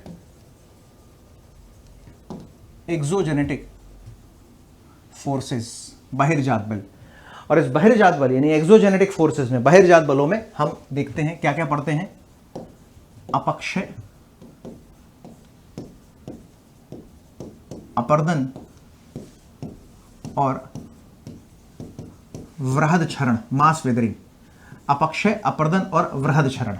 ठीक, अब अपक्षय, अपर्दन और वृहद क्षरण की जो प्रक्रिया है वो अलग अलग कारकों की वजह से होती है। अपक्षय, अपर्दन और जो वृहद क्षरण की जो प्रक्रिया है वो अलग अलग कारकों की वजह से होती है। जैसे मान लीजिए यहां पर इनकी वजह से, इस एक्सोजेनेटिक फोर्सेस की वजह से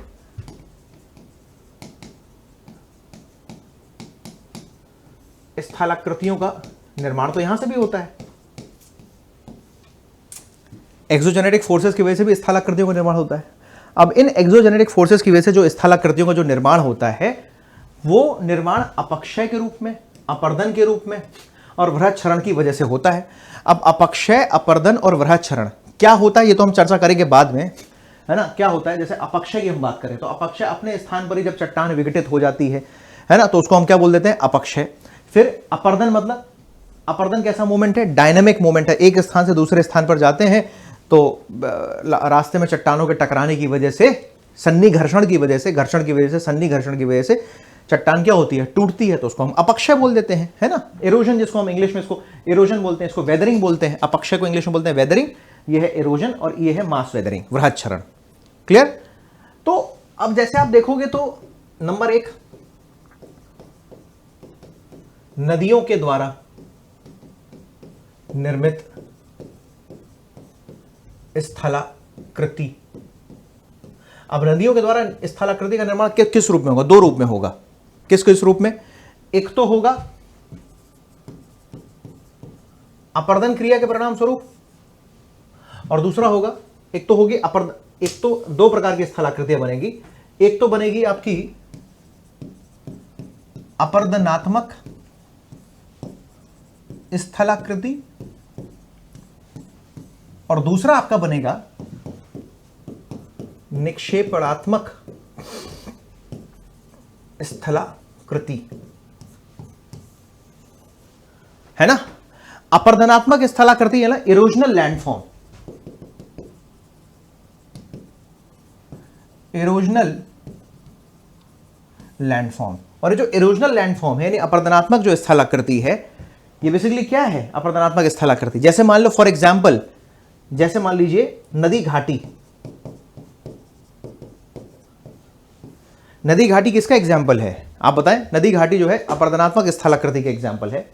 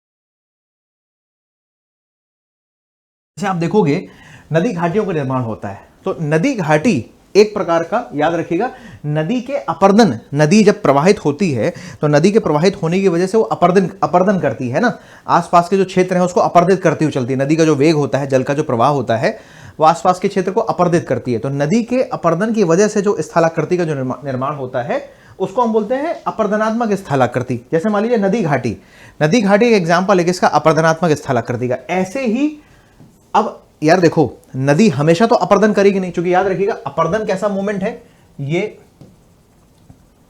डायनेमिक प्रोसेस है ना, एक प्लेस से दूसरे प्लेस। और नदी का प्रवाह तब तक ज्यादा तेज रहेगा जब नदी किसी पर्वतीय क्षेत्र में प्रवाहित हो रही होगी, और जब नदी मान लीजिए पर्वतीय क्षेत्र में प्रवाहित नहीं हो रही है, समतलीय क्षेत्र में प्रवाहित हो रही है ना, प्लेन रीजन में, तो अब नदी क्या करेगी? डिपोजिशन करेगी कि नहीं करेगी? जो अपने साथ जो अवसाद लाई थी उसको क्या करेगी? डिपॉजिट करेगी। तो इसके डिपोजिशन के परिणाम स्वरूप जो निर्मित स्थलाकृति है वो कौन सी होगी? जैसे मान लीजिए डेल्टा। डेल्टा, तो डेल्टा किसका एग्जाम्पल है? नदी के द्वारा बहाकर लाया गया अवसाद का जमा हो जाना। So delta is an example of depositional action of river, और उस डिपोजिशनल एक्शन की वजह से जो लैंडफॉर्म बन रहा है उसको हम बोलते हैं डिपोजिशनल लैंडफॉर्म। यानी निक्षेपणात्मक क्रिया की वजह से जो स्थलाकृति बन रही है, निक्षेपणात्मक क्रिया की वजह से जो स्थलाकृति बन रही है उसको हम बोलते हैं निक्षेपणात्मक स्थलाकृति, और इसका उदाहरण है डेल्टा। तो डेल्टा एक निक्षेपणात्मक स्थलाकृति है, हाँ या ना? अब डेल्टा चूंकि निक्षेपणात्मक स्थलाकृति है, इसलिए याद रखिएगा आपकी जो डेल्टा है, बहुत ध्यान समझिएगा इसे। अच्छा, डेल्टा बन किससे रहा है? डेल्टा एक निक्षेपणात्मक स्थलाकृति है, डिपोजिशनल लैंडफॉर्म का एग्जाम्पल है। और ये डिपोजिशनल लैंडफॉर्म किस वजह से बन रहा है? वायु से हो रहा है, नदी के जल से हो रहा है, सागरीय तरंगों की वजह से हो रहा है? नहीं, सिर्फ और सिर्फ नदी के द्वारा। नदी के द्वारा जो अवसाद बहाकर लाया गया वो अवसाद एक जगह जाके क्या होता है, इकट्ठा हो जाता है, जिसकी वजह से डेल्टा का फॉर्मेशन होता है। क्या ये बात आप लोगों को क्लियर हो रही है? यस और नो में एक बार जवाब दो कम से कम। आप लोग बड़े शांत हो, इतनी देर से मैं देख रहा हूँ, इतने लोग लाइव देख रहे हैं अभी इस क्लास को। थोड़ा सा जवाब देते जाओ कमेंट बॉक्स में, तो मुझे पता चलता रहे कि भाई ये एक्चुअल में लाइव फ्रॉम स्टूडियो क्लास चल रहा है। अदरवाइज तो मुझे लगेगा कि मैं सिर्फ और सिर्फ बोल रहा हूँ, सुनने वाला कोई अभी सामने है नहीं। तो आप जब इंटरेक्ट करोगे मेरे साथ तो मुझे भी और बेहतर लगेगा कि हाँ सर क्लियर है, या इसमें वापस बता दीजिए, ताकि हमारी, मैंने आपको ओरिएंटेशन वाले दिन में भी बोला था कि ये क्लास जो है बहुत कैसा होना चाहिए क्लास, ये क्लास इंटरेक्टिव होनी चाहिए। जितनी ज़्यादा क्लास इंटरेक्टिव होगी उतना ही ज़्यादा आपको समझ में आएगा, उतना ही ज़्यादा आप इस क्लास को एंजॉय कर पाओगे। ठीक, चलो तो क्लियर है ना बात? तो ऐसे ऐसे जैसे नदियों के द्वारा हो गया एक, तो फिर एक्सोजेनिक फोर्सेस नदियों के द्वारा, फिर ऐसे ही वायु के द्वारा भी होता है, विंड है ना, इरोजन भी होगा और डिपोजिशन भी होगा। ठीक, फिर तीसरा है हिमानी, ग्लेशियर्स, इसके द्वारा भी इरोजनल भी होगा, डिपोजिशन भी होगा। फिर सागरीय लहरें, ओशनिक वेव्स, इरोजनल भी होगा लैंडफॉर्म और डिपोजिशनल लैंडफॉर्म भी होगा। इरोजनल और डिपोजिशनल दोनों प्रकार के लैंडफॉर्म्स होंगे कि नहीं होंगे? तो वायु हो गया, एयर हो गया, मतलब विंड हो गया, हिमानी हो गया, सागरीय तरंगे हो गई, फिर अंडरग्राउंड वाटर, भूमिगत जल,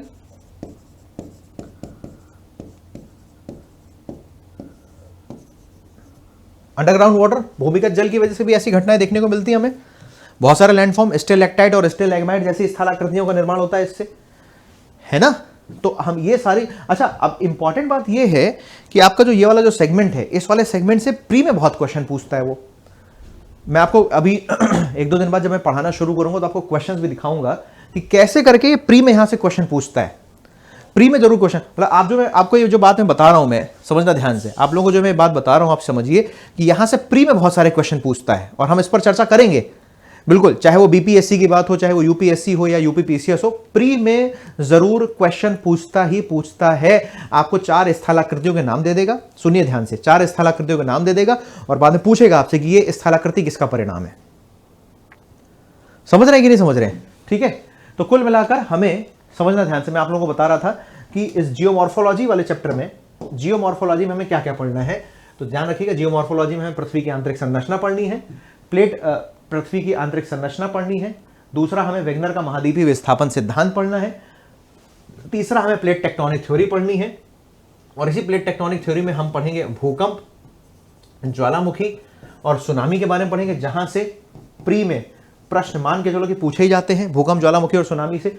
इसके बाद दोस्तों चौथे नंबर पर हम पढ़ेंगे चट्टान। चट्टान भी प्री के लिए बड़ा इंपॉर्टेंट है, यहां से प्रश्न पूछे जाते हैं चट्टानों से। जब मैं चट्टान पढ़ाऊंगा थोड़ा सा उसको आपको मैं भारत के साथ भी रिलेट करूंगा ताकि आप बेहतर तरीके से उसको समझ सकें। और चट्टानों के बाद जो 5वां चैप्टर आता है वो है अंतर्जात एवं बहिर्जात बल, और इसमें फिर हम देखेंगे बहिर्जात बल और बहिर्जात बल, पूरा हमारा बहिर्जात बल इंपॉर्टेंट है।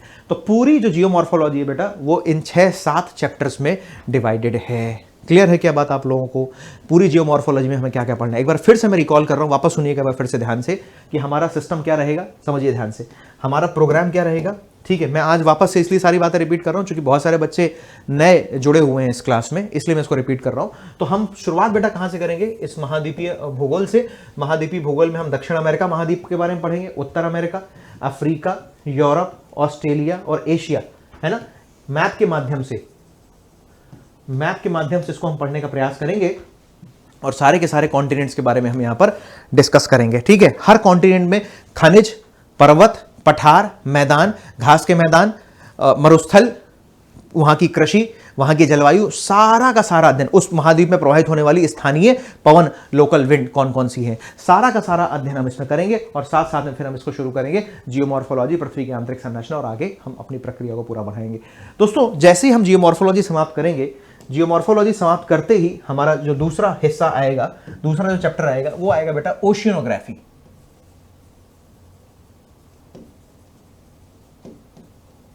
ओशियनोग्राफी यानी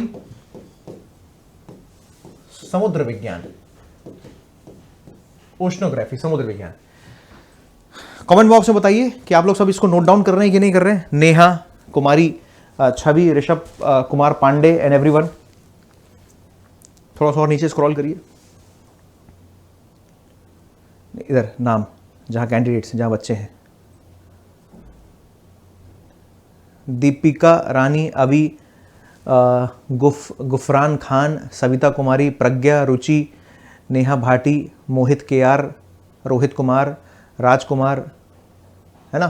तो आप सब लोग जो है कमेंट बॉक्स में बताते हैं जो हमने ओशनोग्राफी जियोमॉर्फोलॉजी में जो अभी तक देखा है, जो मैंने आपको बताया कि हम क्या क्या टॉपिक पढ़ेंगे, वो सारी बातें मुझे लग रहा है क्लियर हो गई होंगी। और दोस्तों अब आइए शुरू करते हैं हम बताना ओशनोग्राफी यानी समुद्र विज्ञान के बारे में कि समुद्र विज्ञान बेसिकली है क्या। देखो अंतर समझो बेटा, जियोमॉर्फोलॉजी में क्या कर रहे थे हम, हाँ ये वेरी गुड मोहित के यार, जियोमॉर्फोलॉजी में अभी तक हम क्या कर रहे थे, जियोमॉर्फोलॉजी यानी भू आकृतिक विज्ञान में, जियोमॉर्फोलॉजी यानी भू आकृतिक विज्ञान में हम देख रहे थे किसके बारे में कि पृथ्वी के ऊपर क्या क्या है, पर्वत है, कहीं पर्वत है, कहीं पठार है, कहीं मैदान है, पर्वत, अच्छा चट्टाने भी हैं, है ना, चट्टाने भी हैं, भूकंप भी आ रहा है, ज्वालामुखी भी आ रहा है, सुनामी भी देखने को मिल रहा है, अंतर्जात बल भी लग रहे हैं, बहिर्जात बल भी लग रहे हैं, ये सब देख रहे थे कि नहीं देख रहे।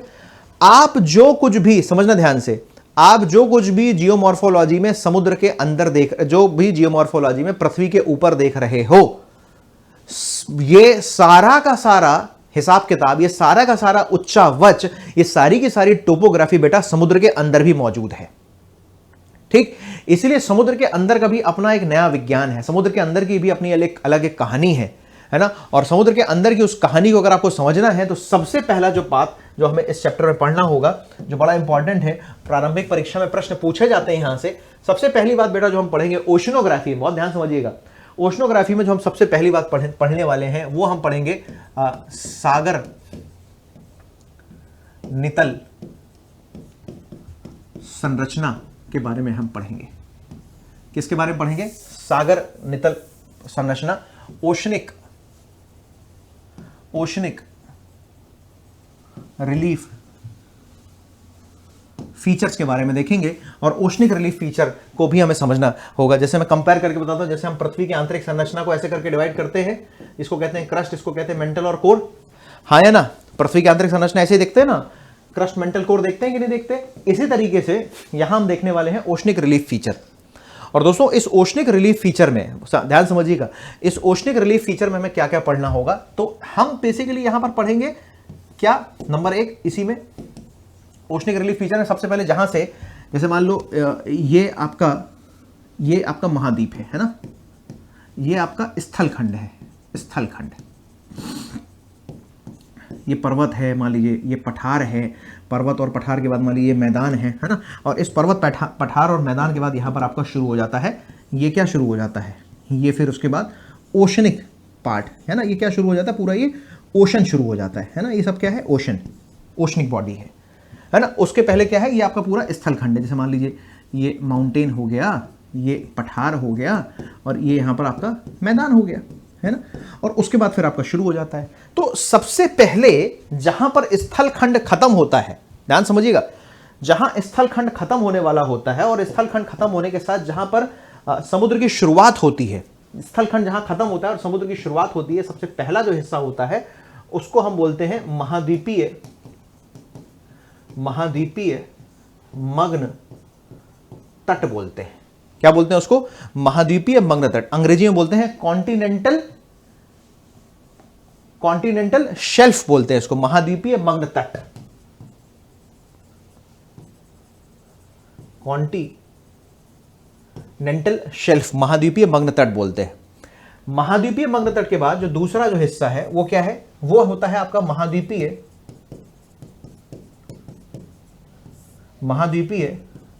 मग्न ढाल। दूसरा हम क्या देखते हैं, महाद्वीपीय मग्न ढाल। जैसे मान लीजिए ये मग्न तट हो गया, तट के बाद क्या शुरू होता है, ये हिस्सा क्या है आपका ढाल, इसको हम बोलते हैं कॉन्टिनेंटल स्लोप, मग्न ढाल। ढाल के बाद फिर थोड़ा सा राइज आता है, क्योंकि ढाल आया तो यहां पर बहुत सारा अवसाद यहां से ढाल से बह के नीचे आया, अब जहां ढाल खत्म होगा तो यहां पर अवसाद फिर से इकट्ठा हो जाएगा। तो तीसरा जो पार्ट है उसको हम बोलते हैं कॉन्टिनेंटल राइज, महाद्वीपीय उत्थान बोलते हैं इसको, कई किताबों में महाद्वीपीय उत्थान नहीं भी लिखा होता है, लेकिन मैं आपको फिर भी बता रहा हूं, महाद्वीपीय उत्थान इसको बोलते हैं कॉन्टिनेंटल राइज। और कॉन्टिनेंटल राइज के बाद आपका सबसे नीचे वाला जो हिस्सा है, ये वाला हिस्सा, इसको बोलते हैं महासागरीय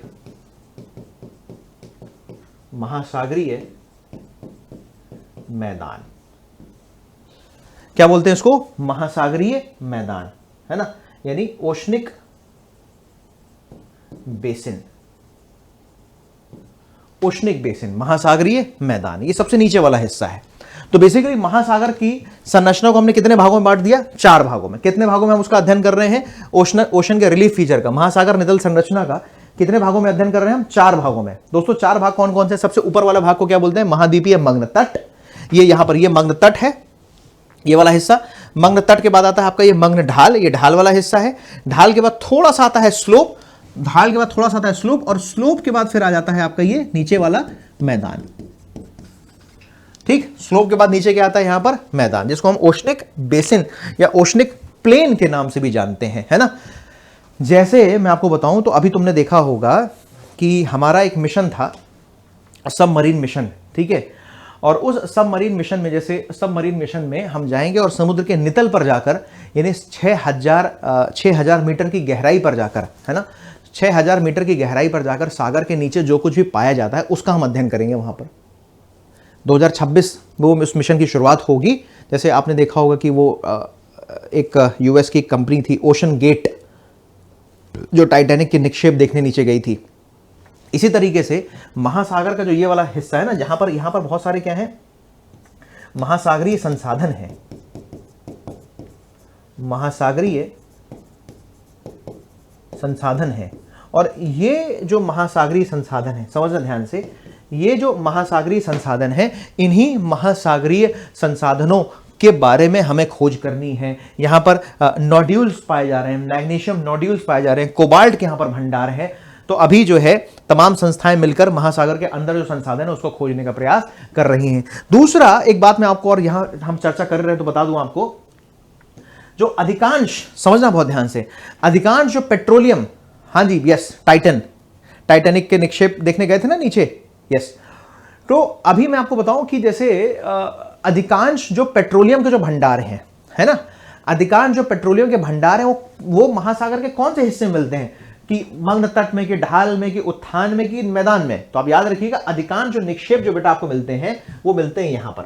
जो हमारा, जो हम पेट्रोलियम वगैरह निकालते हैं ना, पेट्रोलियम एवं प्राकृतिक गैस, पेट्रोलियम एवं प्राकृतिक गैस यहां से हम निकालते हैं, वो यही वाला हिस्सा है, महाद्वीपीय मग्न तट वाला हिस्सा, है ना, महाद्वीपीय मग्न। जैसे भारत में आप देखोगे तो भारत में आप देखें तो जैसे मान लीजिए ये है, ये यहां पर आपका ये मुंबई है, इधर पर, है ना, ये मुंबई है। मुंबई से लगभग यहां से आप मान के चलो 150 किलोमीटर दूर, मुंबई से यहां से 150 किलोमीटर दूर, यानी तट की तरफ, तट से आगे समुद्र की तरफ 150 किलोमीटर दूर, यहां पर है हमारा मुंबई हाई। क्या है यहां पर? हमारा मुंबई हाई। और इस मुंबई हाई से वाले क्षेत्र से हम क्या निकाल रहे हैं? पेट्रोलियम के निक्षेप हैं यहां पर, पेट्रोलियम यहां से हम निकाल रहे हैं। ओएनजीसी लगी हुई है, रिलायंस लगी हुई है, ओएनजीसी और रिलायंस दोनों कंपनियां यहां पर लगी हुई है जो काम कर रही है। समझ गए बात? याद रखना है, महत्वपूर्ण बात है। तो सागर, पहला ओशनोग्राफी का पहला चैप्टर तो ये हो गया बेटा। अब ओशनोग्राफी का जो दूसरा चैप्टर है बड़ा इंपॉर्टेंट है भाई, दूसरा चैप्टर है ये है, वो है महासागर की लवणता एवं महासागर की लवणता एवं तापमान। महासागर की लवणता एवं तापमान, सैलिनिटी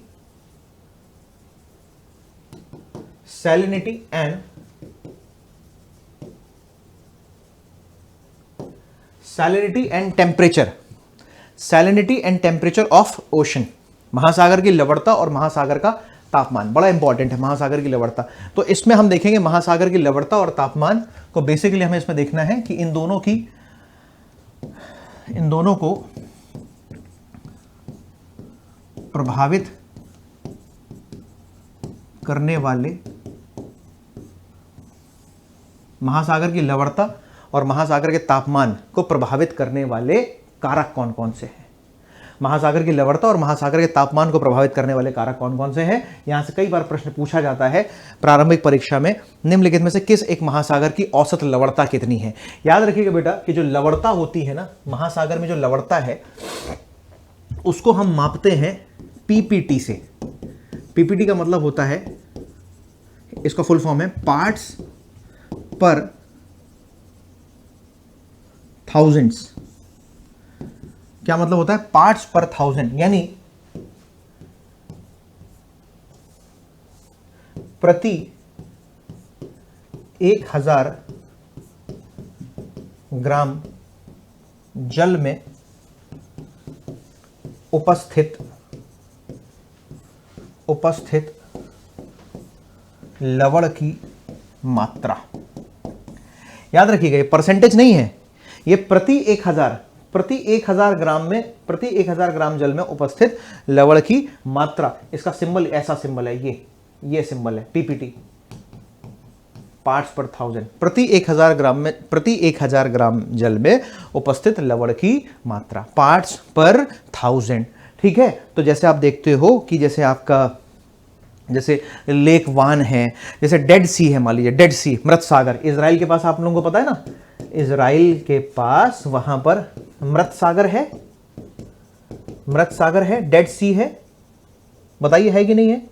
और इस डेड सी की लवणता सबसे ज्यादा है, हाँ या ना, क्लियर है बात क्या, डेड सी की लवणता। फिर इसी तरीके से प्रशांत महासागर की लवणता, अटलांटिक महासागर की लवणता, है ना, और फिर इसके बाद हिंद महासागर की लवणता। तो हर एक महासागर की लवणता अलग अलग है। और दोस्तों इस महासागरीय लवणता में कौन कौन से लवणीय आयन पाए जाते हैं, है ना, सोडियम है, कैल्शियम है, पोटेशियम है, कौन कौन से आयन पाए जाते हैं, और महासागरीय लवणता के स्रोत क्या क्या हैं, आयन कौन कौन से हैं और इनके स्रोत क्या हैं, इन दोनों का अध्ययन हमें यहां पर करना होगा। क्लियर हो रही है क्या थोड़ी बहुत बात की। इस दूसरे टॉपिक में पढ़ेंगे हम महासागर की लवणता और महासागर का तापमान। नाउ नंबर 3, तीसरा हिस्सा ये है, इसका समझना ध्यान से। जो तीसरा पार्ट है, तीसरा पार्ट क्या है, बड़ा इंपॉर्टेंट है, और मान के चलो कि पूरी ओशनोग्राफी में, समझना ध्यान से, पूरी ओशनोग्राफी में अगर कहीं से क्वेश्चन सबसे ज्यादा बनता है तो अब जो मैं टॉपिक लिखने वाला हूं, सुनना बहुत ध्यान से दोस्तों। उस टॉपिक का नाम है महासागरीय जलधाराएं। बताइए कितने लोगों ने सुना है इसके बारे में, ओशनिक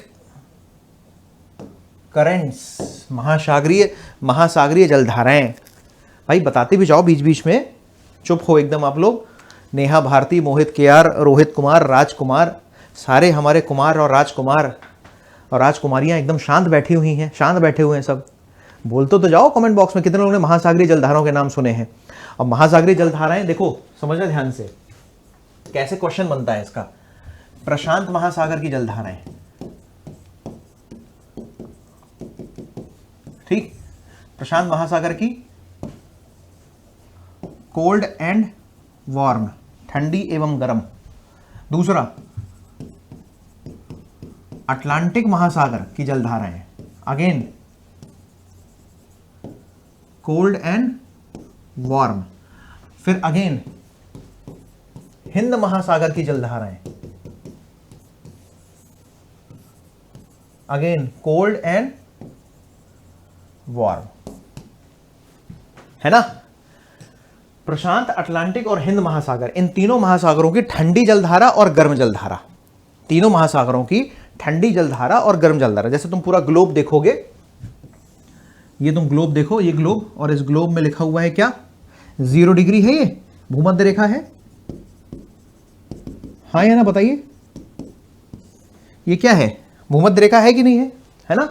और इस भूमध्य रेखा में, समझना ध्यान से, इस भूमध्य रेखा में ये यहां पर क्या है, ये पोल है, ये ध्रुव है, यहां पर ध्रुव, यहां पर भी क्या है, ये पोल है, ध्रुव, ठीक। इस भूमध्य रेखा में अगर आप ध्रुवों से, ध्यान रखिएगा, अगर आप ध्रुवों से भूमध्य रेखा की तरफ आ रहे हैं, ध्रुवों से भूमध्य रेखा की तरफ अगर जल का प्रवाह है, तो वो जलधारा कैसी होगी, ऐसे ही सेम नीचे यहां पर भी,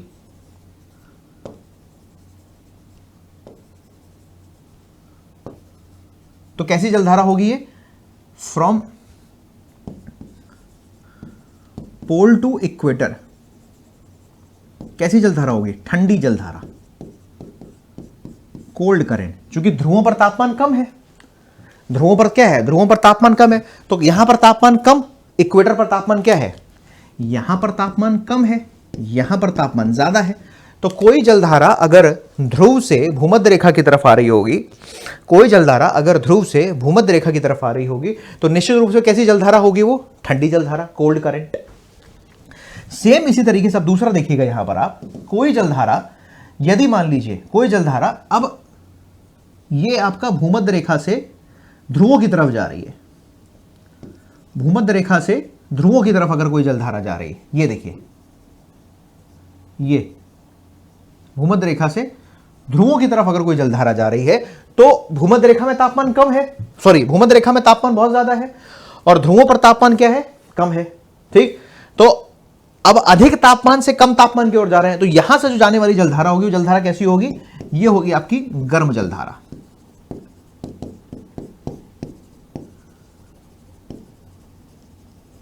वार्म करंट। याद रखिएगा, कैसी करंट होगी वो? वार्म करंट होगी, गर्म जलधारा होगी वो। Is it clear everyone? Yes और नो? बताइए, क्लियर है? वो कैसी करंट होगी? Warm current. तो ठंडी जलधारा, गर्म जलधारा, कौन सी ठंडी है, कौन सी जलधारा है? अधिकांश आप देखोगे तो जो महाद्वीप होता है ना, महाद्वीप का जो पूर्वी हिस्सा होता है, यहां पर आपको मिलेगी सामान्य रूप से गर्म जलधारा, और महाद्वीप का जो पश्चिमी हिस्सा होता है, महाद्वीप का पश्चिमी जो हिस्सा होता है, यहां पर सामान्य रूप से आपको कैसी जलधारा मिलेगी? ठंडी जलधारा मिलेगी। ठीक, इसके बारे में हम डिटेल में पढ़ेंगे। और दोस्तों, इसमें जो अगला चैप्टर जो आएगा आपका, इसमें जो अगला चैप्टर आएगा, पहला हमने क्या देखा? पहला हमने देखा सागर नितल के बारे में, दूसरा हमने देखा महासागर की लवणता तापमान, तीसरा देखा हमने महासागर की जलधारा, और चौथा जो चैप्टर है इसमें, वो चैप्टर है प्रवाल भित्ति, कोरल रीफ। प्रवाल भित्ति की प्रवाल भित्तियां होती क्या हैं, है ना? प्रवाल कोरल्स होते क्या हैं, है ना? प्रारंभिक परीक्षा में प्रश्न पूछा जाता है। जैसे मान लीजिए एक तो हो गया, एक होता है आपका बैरियर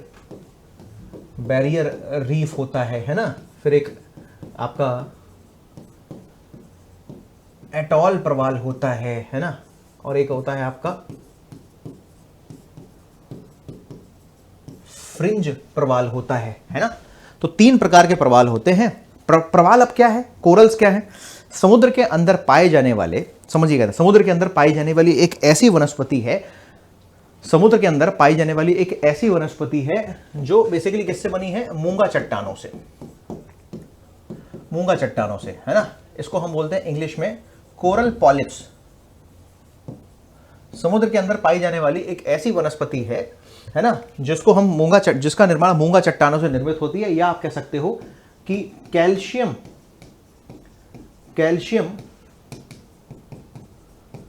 कार्बोनेट के खोल से, कैल्शियम कार्बोनेट के खोल से निर्मित होने वाली जो चट्टानें हैं, मूंगा चट्टानें, जिनको हम प्रवाल कहते हैं।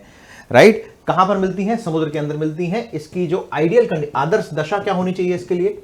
मतलब हर जगह प्रवाल नहीं मिलती है, समझना ध्यान से, हर जगह प्रवाल भित्ति नहीं मिलती है। तुम सोचो कि क्या सर आर्कटिक महासागर में प्रवाल मिलती है? नहीं। तो प्रवाल पाई जाने की जो आदर्श जो दशा है, आदर्श दशा यानी जो आइडियल कंडीशन है कि कहां पर प्रवाल मिलेंगी, वो याद रखिएगा, जहां पर तापमान 20 से 22 डिग्री सेल्सियस या 25 डिग्री सेल्सियस के आसपास हो वहां पर, और जहां पर लवणता 30 से 35 पीपीटी के आसपास अगर लवणता है, किसी महासागर के जल की लवणता 30 से 35 पीपीटी के बीच में है, तो वहां पर प्रवाल मिल जाएंगे।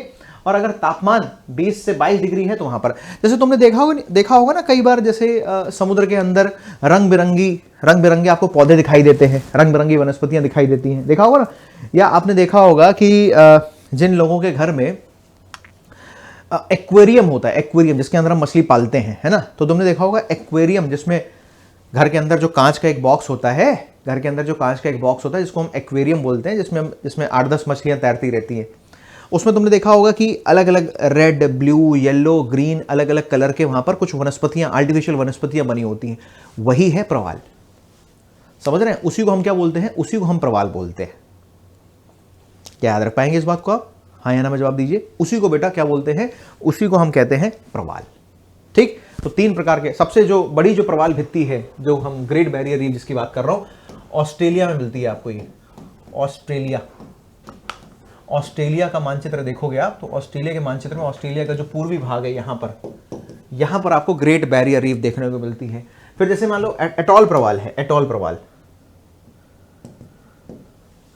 तो एटॉल प्रवाल कहां देखने को मिलती है? तुम्हारा जो अभी नरेंद्र मोदी जी ने यात्रा करी थी ना, लक्षद्वीप की यात्रा करी थी मोदी जी ने, बोलो, बहुत न्यूज़ में भी बना हुआ है, लक्षद्वीप और मालदीव के बीच में बहस चल रही है कि नहीं चल रही है? तो जो लक्षद्वीप समूह जो है ना, हमारे लक्षद्वीप समूह, और इस लक्षद्वीप समूह में किस प्रकार की प्रवाल पाई जाती है? याद रखिएगा, एटॉल प्रकार की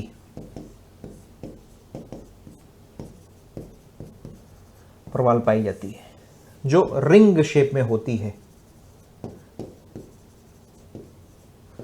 रिंग शेप में, है ना। अब देखो, जैसे मान लो मैंने आपको बताया ऑस्ट्रेलिया का पूर्वी तट, अब तुमको ऑस्ट्रेलिया दिख ही नहीं रहा है, क्यों? क्योंकि तुमने वर्ल्ड मैपिंग करी नहीं है। अगर आप वर्ल्ड मैपिंग किए होते तो आपको ऑस्ट्रेलिया दिख जाता। अगर आपने वर्ल्ड मैपिंग कायदे से की होती, वर्ल्ड मैपिंग करी होती तो ऑस्ट्रेलिया दिख जाता, लेकिन अभी आपने वर्ल्ड मैपिंग करी। इसीलिए बेटा मैं बोल रहा हूं कि पहले हम क्या करेंगे, वर्ल्ड मैपिंग करेंगे, कॉन्टिनेंटल ज्योग्राफी पढ़ेंगे। समझ में आ रही बात क्या? मोहित, गुफरान एंड एवरीवन, हाँ या ना?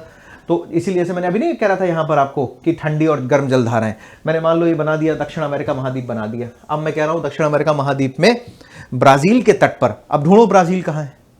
तो भाई पहले मैप में ब्राजील देखना पड़ेगा ना, पहले आपको पता होना चाहिए कि भाई ब्राजील बेसिकली है कहां पर, तो पहले आपको ब्राजील देखना पड़ेगा। तो मैंने कह दिया दक्षिण अमेरिका में ब्राजील के तट पर, तो पहले पता होना चाहिए हमें ब्राजील है कहां पर। Is it clear everyone, yes और नो? तो ब्राजील के तट पर पाई जाने वाली जलधारा, फिर मैं कहूंगा कि चलो पेरुवियन जलधारा, तो पेरू, तो पता होना चाहिए कि भाई यहां पर है सर एक देश है जिसका नाम है पेरू, चिली के ऊपर पेरू, यस और नो? तो इसीलिए पहले मैपिंग ज्यादा जरूरी है और मैपिंग पर हम फोकस करेंगे, ठीक है। तो इस चैप्टर में चौथा ये पार्ट हो गया, और 5वां जो हमें इस चैप्टर में देखना है, याद रखिएगा, वो हम देखेंगे किसके बारे में? ज्वार और भाटा, ठीक है। ज्वार और भाटा बड़ा आसान सा टॉपिक है ना, ज्वार और भाटा के बारे में। उच्च ज्वार, यहां हम देखेंगे कि उच्च ज्वार क्या होते हैं, निम्न ज्वार क्या होते हैं, इनके बारे में हम यहां पर अध्ययन करेंगे, है ना। जिसका संबंध बेसिकली किससे है? जिसका संबंध है सूर्य, चंद्रमा और पृथ्वी की सापेक्षिक स्थिति से, है ना। सूर्य, चंद्रमा और पृथ्वी की सापेक्षिक स्थिति से, ठीक है। क्योंकि सूर्य तो फिक्स है ना, और उसके चारों ओर पृथ्वी क्या कर रही है? चक्कर लगा रही है, हाँ या ना। और प्राकृतिक उपग्रह है पृथ्वी का चंद्रमा, जो पृथ्वी के चारों ओर क्या कर रहा है? घूम रहा है। तो इनकी सूर्य पृथ्वी चंद्रमा की जो युतियां हैं, युतियां, कंजंक्शन इनका जो है, उसी के आधार पर उच्च ज्वार और निम्न ज्वार का हम यहां पर अध्ययन करेंगे। क्या ये बात आप लोगों को क्लियर हो रही है क्या? हाँ या ना में जवाब दीजिए फटाफट से, ठीक है। ये बात एकदम क्लियर होनी चाहिए। तो ठीक है, ये हो गया अपना। तो इसमें हमें क्या क्या पढ़ना है इस ओशनोग्राफी में? तो ओशनोग्राफी में जो हमें बातें पढ़नी है एक बार समझ लीजिए। नंबर 1, सागर नितल संरचना के बारे में अध्ययन करेंगे। दूसरा, हम महासागर की लवणता, महासागर की तापमान और लवणता का अध्ययन करेंगे यहाँ पर, ठीक है। तीसरा जो हम अध्ययन करेंगे वो क्या करेंगे? महासागरीय जलधाराएं, बड़ा इंपॉर्टेंट टॉपिक है, इस पर तो 5 स्टार लगा लो भैया, यहाँ से तो प्री में क्वेश्चन आता ही आता है महासागरीय जलधाराओं से। भाई मैं फिर से बोल रहा हूँ, कल जब तुम मेरी क्लास में आओगे तो बिना एटलस के प्लीज़ मत आना यार, एटलस लेके आना। क्योंकि जितना अगर तुम एटलस लेके आओगे तो वास्तव में मैं तुम्हारी ज्योग्राफी की प्रिपरेशन को इतना शानदार बना दूंगा, बहुत, मतलब ये अतिरेक बात नहीं कर रहा हूँ मैं, अतिशयोक्ति नहीं है ये, और ये रियलिटी है। क्योंकि मैं पहली बार ज्योग्राफी नहीं पढ़ा रहा, लगभग पिछले 7-8 सालों से मुझे भूगोल विषय पढ़ाने का एक्सपीरियंस है और पिछले 7-8 सालों में मैं हमेशा यही करता हूँ, पहले कॉन्टिनेंटल ज्योग्राफी से शुरुआत करता हूँ और कॉन्टिनेंटल ज्योग्राफी अगर आपने एक बार अच्छे से कर ली ना, आप यकीन मानिए विश्व के तमाम अलग अलग स्थान जो न्यूज़ में बने रहते हैं या भूगोल पढ़ने के दौरान हमको पढ़ने होते हैं, ये बड़ा आसान हो जाएगा आपके लिए। तो थोड़ा सा ट्रस्ट करके चलना पड़ेगा आपको। तो कल से एटलस ज़रूर लेके आइएगा। चलिए, तो महासागरीय जलधारा इंपॉर्टेंट है, हाँ। उसके बाद फिर यहाँ पर प्रवाल भित्तियाँ, कोरल रीफ बड़ा इंपॉर्टेंट टॉपिक है, इसको भी हम देखेंगे। और उसके बाद फिर ये ज्वार भाटा। अब जो तीसरा और लास्ट जो पार्ट है क्लाइमेटोलॉजी, तीसरा और जो लास्ट पार्ट है और वो है क्लाइमेटोलॉजी। क्लाइमेटोलॉजी यानी इसको हिंदी में क्या बोलते हैं? जलवायु विज्ञान। क्लाइमेटोलॉजी, जलवायु विज्ञान। अब क्लाइमेटोलॉजी और जलवायु विज्ञान से क्या आशय है बताइए? क्लाइमेटोलॉजी और जलवायु विज्ञान से क्या आशय है? क्लाइमेटोलॉजी और जलवायु विज्ञान में नेहा भारती, रोहित कुमार और तमाम बच्चे, राजकुमार, जो सब जुड़े हुए हैं इस क्लास में। क्लाइमेटोलॉजी देखो, जियोमॉर्फोलॉजी में हमने क्या देखा? जियोमॉर्फोलॉजी में हमने पृथ्वी के बारे में, पृथ्वी के ऊपर जो जो हमें मिल रहा है। समुद्र विज्ञान में हमने क्या देखा? ओशनोग्राफी में समुद्र के अंदर जो कुछ मौजूद है ना। फिर तीसरा क्या है समुद्र विज्ञान के अलावा? हमने देखा अब तीसरा आ रहा है क्लाइमेटोलॉजी। क्लाइमेटोलॉजी में आपको पढ़ना है किसके बारे में? वायुमंडल का अध्ययन करना है आपको, वायुमंडल। और वायुमंडल के अध्ययन में क्या देखना है आपको? सबसे पहला आता है यहां पर वायुमंडल की संरचना, कॉम्पोजिशन ऑफ एटमॉस्फेयर, वायुमंडल की संरचना। ठीक है, वेरी गुड इवनिंग राम जतन कुमार, स्वागत है आपका इस क्लास में। बहुत लेट से ज्वाइन किए हैं राम जतन, आप थोड़ा समय पे ज्वाइन कीजिए, 4 बजे क्लास शुरू हो जाती है। ठीक है, वायुमंडल की संरचना का अध्ययन करेंगे सबसे पहले हम। अब वायुमंडल की संरचना से क्या आशय है? वायुमंडल की संरचना की, वायुमंडल बेसिकली बना कैसे है? तो आपको पता है कि भाई जो वायुमंडल है वो बना हुआ है किससे? वो बना हुआ है गैसों के मिश्रण से, गैसों के मिश्रण से। दूसरा जल वाष्प से, और तीसरा धूलकणों से। इसी से तो बनी है वायुमंडल की संरचना, गैसों का मिश्रण। और गैसों के मिश्रण में पहले तो अपरिवर्तनशील गैसें हैं, जैसे मान लीजिए अपरिवर्तनशील गैस कौन कौन सी है? ऑक्सीजन है, नाइट्रोजन है, ऑर्गन है। ये अपरिवर्तनशील गैस, यानी इनकी मात्रा तो फिक्स्ड है कि भैया 78% जो है हमें क्या मिल रहा है, ऑक्सीजन कितनी मिल रही है, नाइट्रोजन कितनी मिल रही है, ऑर्गन कितनी मिल रही है, फिक्स्ड है ना ये तो। अब और इधर हम क्या देखते हैं? परिवर्तनशील, परिवर्तनशील है ना। और परिवर्तनशील में क्या है? परिवर्तनशील वही जैसे कार्बन डाइऑक्साइड परिवर्तनशील है, मीथेन, ग्रीन हाउस गैसेस है ना, और ओजोन, ये सब कैसी गैसेस हैं? परिवर्तनशील। हीलियम है, नियॉन है, क्रिप्टॉन है, ये सारी कैसे गैसेस हैं? ये सारी जो है आपकी परिवर्तनशील गैसेस हैं, जो क्या होती रहती हैं? इनकी मात्रा में परिवर्तन होता रहता है। फिर जलवाष्प तो मौजूद है ही है, जल का गैसीय रूप में। जलवाष्प क्या है? जल का वायुमंडल में गैसीय रूप में विद्यमान होना जलवाष्प है। और जलवाष्प का स्रोत क्या है? वाटर बॉडी, सागर, समुद्र या वाटर बॉडीज। ठीक, और उसके बाद है धूल के कण, डस्ट पार्टिकल्स। क्लियर? तो ये तो हो गई वायुमंडल की संरचना, ये वायुमंडल की कॉम्पोजिशन, संरचना। और फिर इधर जो दूसरा टॉपिक आता है वो आता है आपका यहां पर वायुमंडल के संस्तर। दूसरा क्या आता है? वायुमंडल के संस्तर।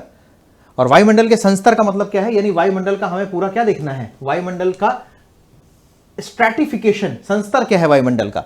तो वायुमंडल के संस्तर में आप देखोगे तो सबसे पहले जैसे मान लीजिए ये मैं ड्रॉ कर देता हूं, नीचे इधर पृथ्वी है, तो पृथ्वी के बाद यहां पर सबसे पहले क्या मिलता है आपको? सबसे पहले यहां पर मिलता है आपको क्षोभ मंडल। क्या मिलता है? ये संस्तर बनाया, और यहां पर आपको सबसे पहले मिलता है क्षोभ मंडल। और इसी क्षोभ मंडल पर हमारी बनी हुई है सीमा। किसकी सीमा? इसको हम बोलते हैं क्षोभ सीमा। आपसे बहुत सारे बच्चे समझ भी रहे होंगे इस बात को। फिर उसके बाद क्षोभ मंडल के बाद आता है आपका समताप मंडल। समताप मंडल, क्षोभ मंडल ये वही मंडल है, ट्रोपोस्फियर बोलते हैं इसको, जहां पर समस्त मौसम संबंधी घटनाएं, समस्त मौसमी घटनाएं यहीं पर होती हैं, ठीक। फिर उसके बाद आता है आपका समताप मंडल। समताप मंडल मतलब यहां पर जहां पर हमें क्या मिलती है, ओजोन गैस जहां पर मिलती है, उसको हम कौन सा मंडल बोलते हैं, उसको हम बोलते हैं समताप मंडल। और इस समताप मंडल में हमें कौन सी गैस मिलती है, समताप मंडल मिलती है हमको ओजोन गैस। क्लियर। समताप मंडल के बाद फिर आता है आपका मध्य मंडल, मध्य मंडल, ठीक। और उसके बाद आता है आपका आयन मंडल, ठीक है, जहां पर रेडियो और टीवी की जो किरणें हैं, जो रेज हैं, इनका यहीं से रिफ्लेक्शन होता है, आयन मंडल, ठीक। और उसके बाद फिर आता है आपका स्पेस, जिसको हम बहिर्मंडल, एक्सोस्फीयर भी कहते हैं। तो ये पूरी संरचना है, क्षोभ मंडल, समताप मंडल, मध्य मंडल, आयन मंडल, और उसके बाद फिर ऊपर बहिर्मंडल, स्पेस, स्पेस आ जाता है हमारा। तो सबसे इंपॉर्टेंट इस चैप्टर का पहला हिस्सा, पहला पार्ट क्या है क्लाइमेटोलॉजी का, वायुमंडल की संरचना और वायुमंडल के संस्तर, ठीक। वायुमंडल की संरचना और संस्तर के अलावा दूसरा हिस्सा क्या है इसमें, याद रखिएगा। तीसरा जो टॉपिक है, दो तो ये हो गए, पहला ये, दूसरा ये, तीसरा जो इसमें आता है वो आता है सौर विकिरण, सौर विकिरण और ऊष्मा बजट, है ना। सौर विकिरण और ऊष्मा बजट, यानी सौर विकिरण मतलब सूर्य से आने वाला, जो सूर्य से आने वाला जो प्रकाश है, किस रूप में, लघु तरंग के रूप में सूर्य से आने वाला प्रकाश जो पृथ्वी पर आता है, और पृथ्वी वापस उसको क्या करती है, पुनः परिवर्तित करती है, किस रूप में, दीर्घ तरंग के रूप में इसको पृथ्वी क्या करती है, परावर्तित करती है। लघु तरंग के रूप में आती है, इसलिए इसकी एनर्जी ज्यादा होती है, लेमडा कम तो एनर्जी ज्यादा, क्योंकि आप जानते हैं E बराबर hc अपॉन लेमडा। तो अगर E लेमडा अगर ज्यादा है तो E क्या होगा, कम होगा, ठीक है। तो सौर विकिरण और ऊष्मा बजट देखना है हमें इसमें। फिर चौथा चैप्टर क्या होगा इसमें, सौर विकिरण हो गया, ऊष्मा बजट हो गया। चौथा जो बड़ा इंपॉर्टेंट है वो आता है इसमें वायुमंडल का तापमान और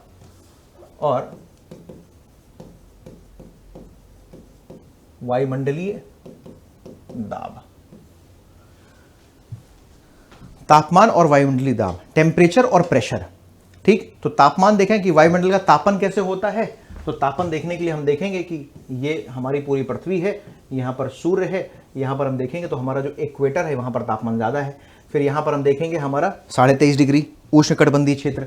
फिर ये कर्क रेखा, ऊपर कर्क रेखा हो गई, मकर रेखा हो गई, ये हो गया आपका आर्कटिक सर्कल, ये हो गया नीचे आपका अंटार्कटिक सर्कल। तो जितना ज़्यादा तिरछा होती जाएंगे सूर्य की किरणें जितनी ज़्यादा तिरछी होती जाएंगी, और ये है यहाँ पर आपका ध्रुव, इधर ध्रुव है, तो सूर्य की किरणें जितनी तिरछी होंगी उतना ही ज़्यादा तापन प्रभाव, पृथ्वी पर तापन प्रभाव उतना कम होगा। तो ये तो होगी बात तापमान की। दाब की जब बात करते हैं तो याद रखिएगा, दाब का संबंध भी किससे है, ताप से है ना। अगर कहीं पर टेम्परेचर ज्यादा है, तापमान अगर ज्यादा है, तो सतह क्या होगी, गर्म हो जाएगी, उसके संपर्क में आने वाली जो हवा है वो क्या हो जाएगी, वो हल्की हो जाएगी। सतह गर्म होगी तो सतह के संपर्क में आने वाली हवा क्या हो जाएगी, वो भी गर्म हो जाएगी, और गर्म हवा हल्की हो जाएगी, तो हल्की हो गई वो हवा कहाँ उठेगी, ऊपर की ओर उठेगी, और ऊपर की ओर उठेगी तो नीचे सतह खाली हो जाएगा, सतह पर दाब क्या हो जाएगा, कम हो जाएगा। तो यहां पर कैसा प्रेशर बन जाएगा, लो प्रेशर। फिर यही हवा उठकर जब ऊपर जाएगी तो जहां पर ऊपर उठ जाएगी वहां पर क्या बना देगी, हाई प्रेशर। तो लो प्रेशर और हाई प्रेशर बड़ा इंपॉर्टेंट कॉन्सेप्ट है, इसको हम समझेंगे, और इसी में हमें पढ़ना है वायुमंडलीय वायुदाब पेटियां। क्या पढ़ना है हमको यहां पर, वायुदाब पेटियां पढ़ना है, समझ रहे हैं बात की नहीं। और वायुदाब पेटियों में हम सारी की सारी वायुदाब पेटियों पढ़ेंगे, साथ की साथ वायुदाब पेटियां। ये है आपका निम्न वायुदाब पेटी, ये है आपका उपोष्णकटिबंधीय सब tropical high pressure belt, equatorial low pressure belt, फिर यहां पर आ जाएगा आपका सब पोलर लो प्रेशर बेल्ट, और यहां पर आ जाएगा आपका पोलर हाई प्रेशर बेल्ट, है ना। और सेम यही पेटी नीचे यहां पर रिपीट हो जाएंगी ऐसे, ये। तो टोटल कितनी वायुदाब पेटियां हो गई?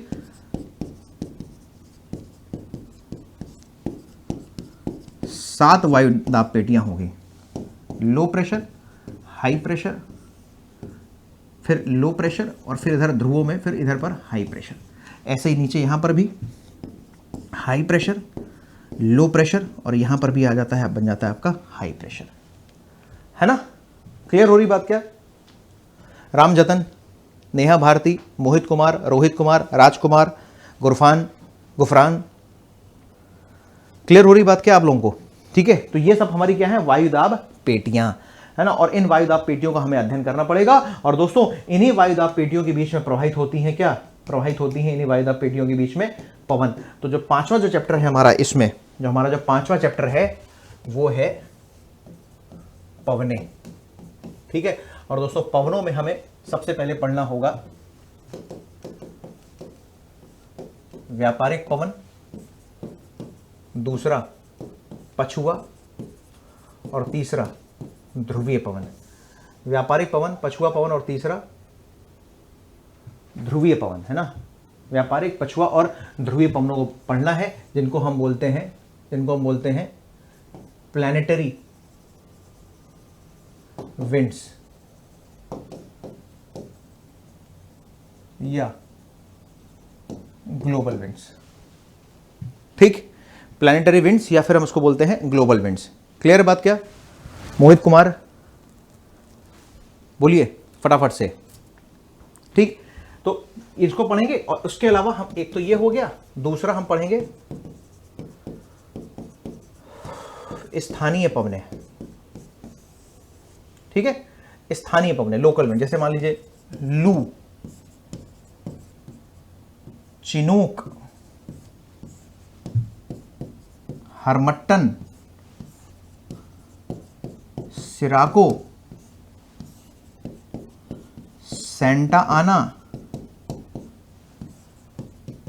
डॉक्टर, मिस्ट्रल, है ना। लू, चिनूक, हरमट्टन, सिराको, सेंटा आना, मिस्ट्रल, बोरा, फॉन, ये सब क्या हैं? ये सब स्थानीय पवने हैं, है ना। स्थानीय पवनों का अध्ययन करना है हमें इसमें। ठीक, क्लियर बात क्या? ठीक है, और स्थानीय पवनों का अध्ययन करने के बाद जो इसमें जो अगली इंपॉर्टेंट बात आती है वो आता है पांचवा पवने हो गया। पवनों के बाद हम अगला जो चैप्टर पढ़ते हैं इसमें वो देखते हैं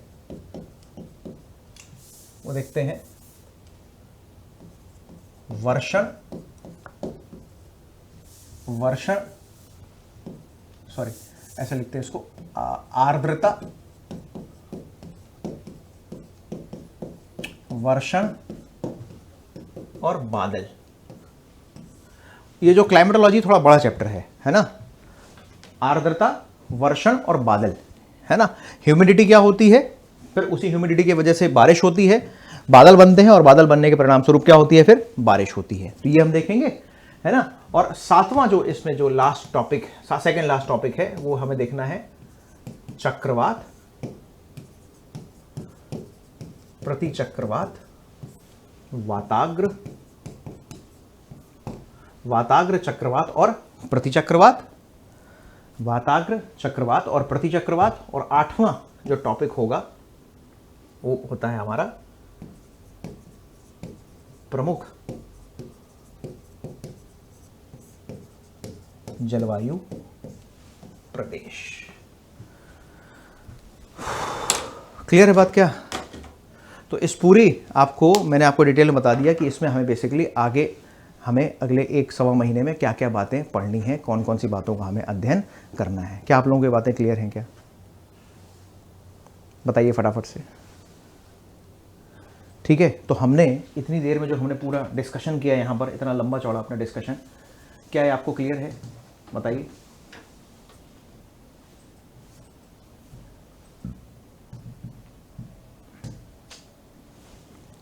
बोलिए, क्लियर? क्या पढ़ना है, क्या क्या क्या देखना है, कैसे हमारी क्लास कक्षा कार्यक्रम कैसे चलेगा आगे का? किसी को कोई कठिनाई, कोई समस्या आज की क्लास को समझने में तो बताइए। ये देखो, एक ओवरव्यू देना बहुत ज़रूरी था ताकि आपके दिमाग में भी एक पिक्चर क्लियर रहनी चाहिए कि सर आगे आप कौन कौन से टॉपिक कवर कराने वाले हो।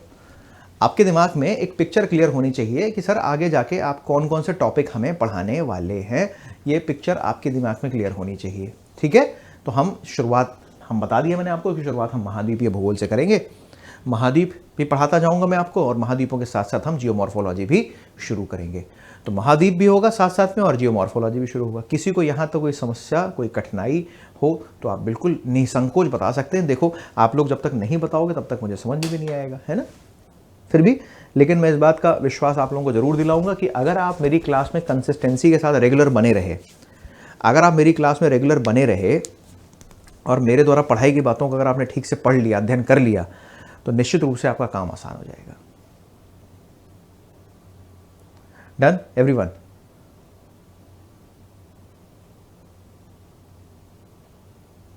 क्लियर है क्या बात? किसी को कुछ समस्या, कुछ डाउट हो तो पूछ लीजिए।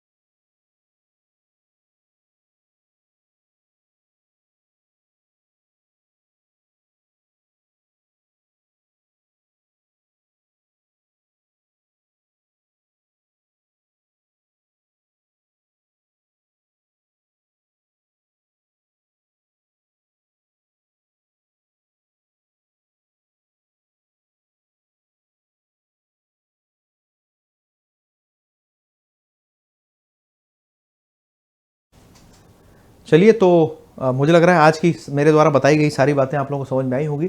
कल हम अपना कॉन्टिनेंटल ज्योग्राफी से, दक्षिण अमेरिका महाद्वीप से अपनी इस क्लास की शुरुआत करेंगे, ठीक है? दक्षिण अमेरिका महाद्वीप से हम इस क्लास की शुरुआत करेंगे। आप सब लोग समय पर इस क्लास में आ जाइएगा, है ना? 4 बजे क्लास शुरू हो जाएगी और 4 बजे आप सब यहाँ पर उपस्थित हो जाएं। चलो, आप सब लोगों को बहुत बहुत धन्यवाद। Thank you so much everyone. Take care, bye.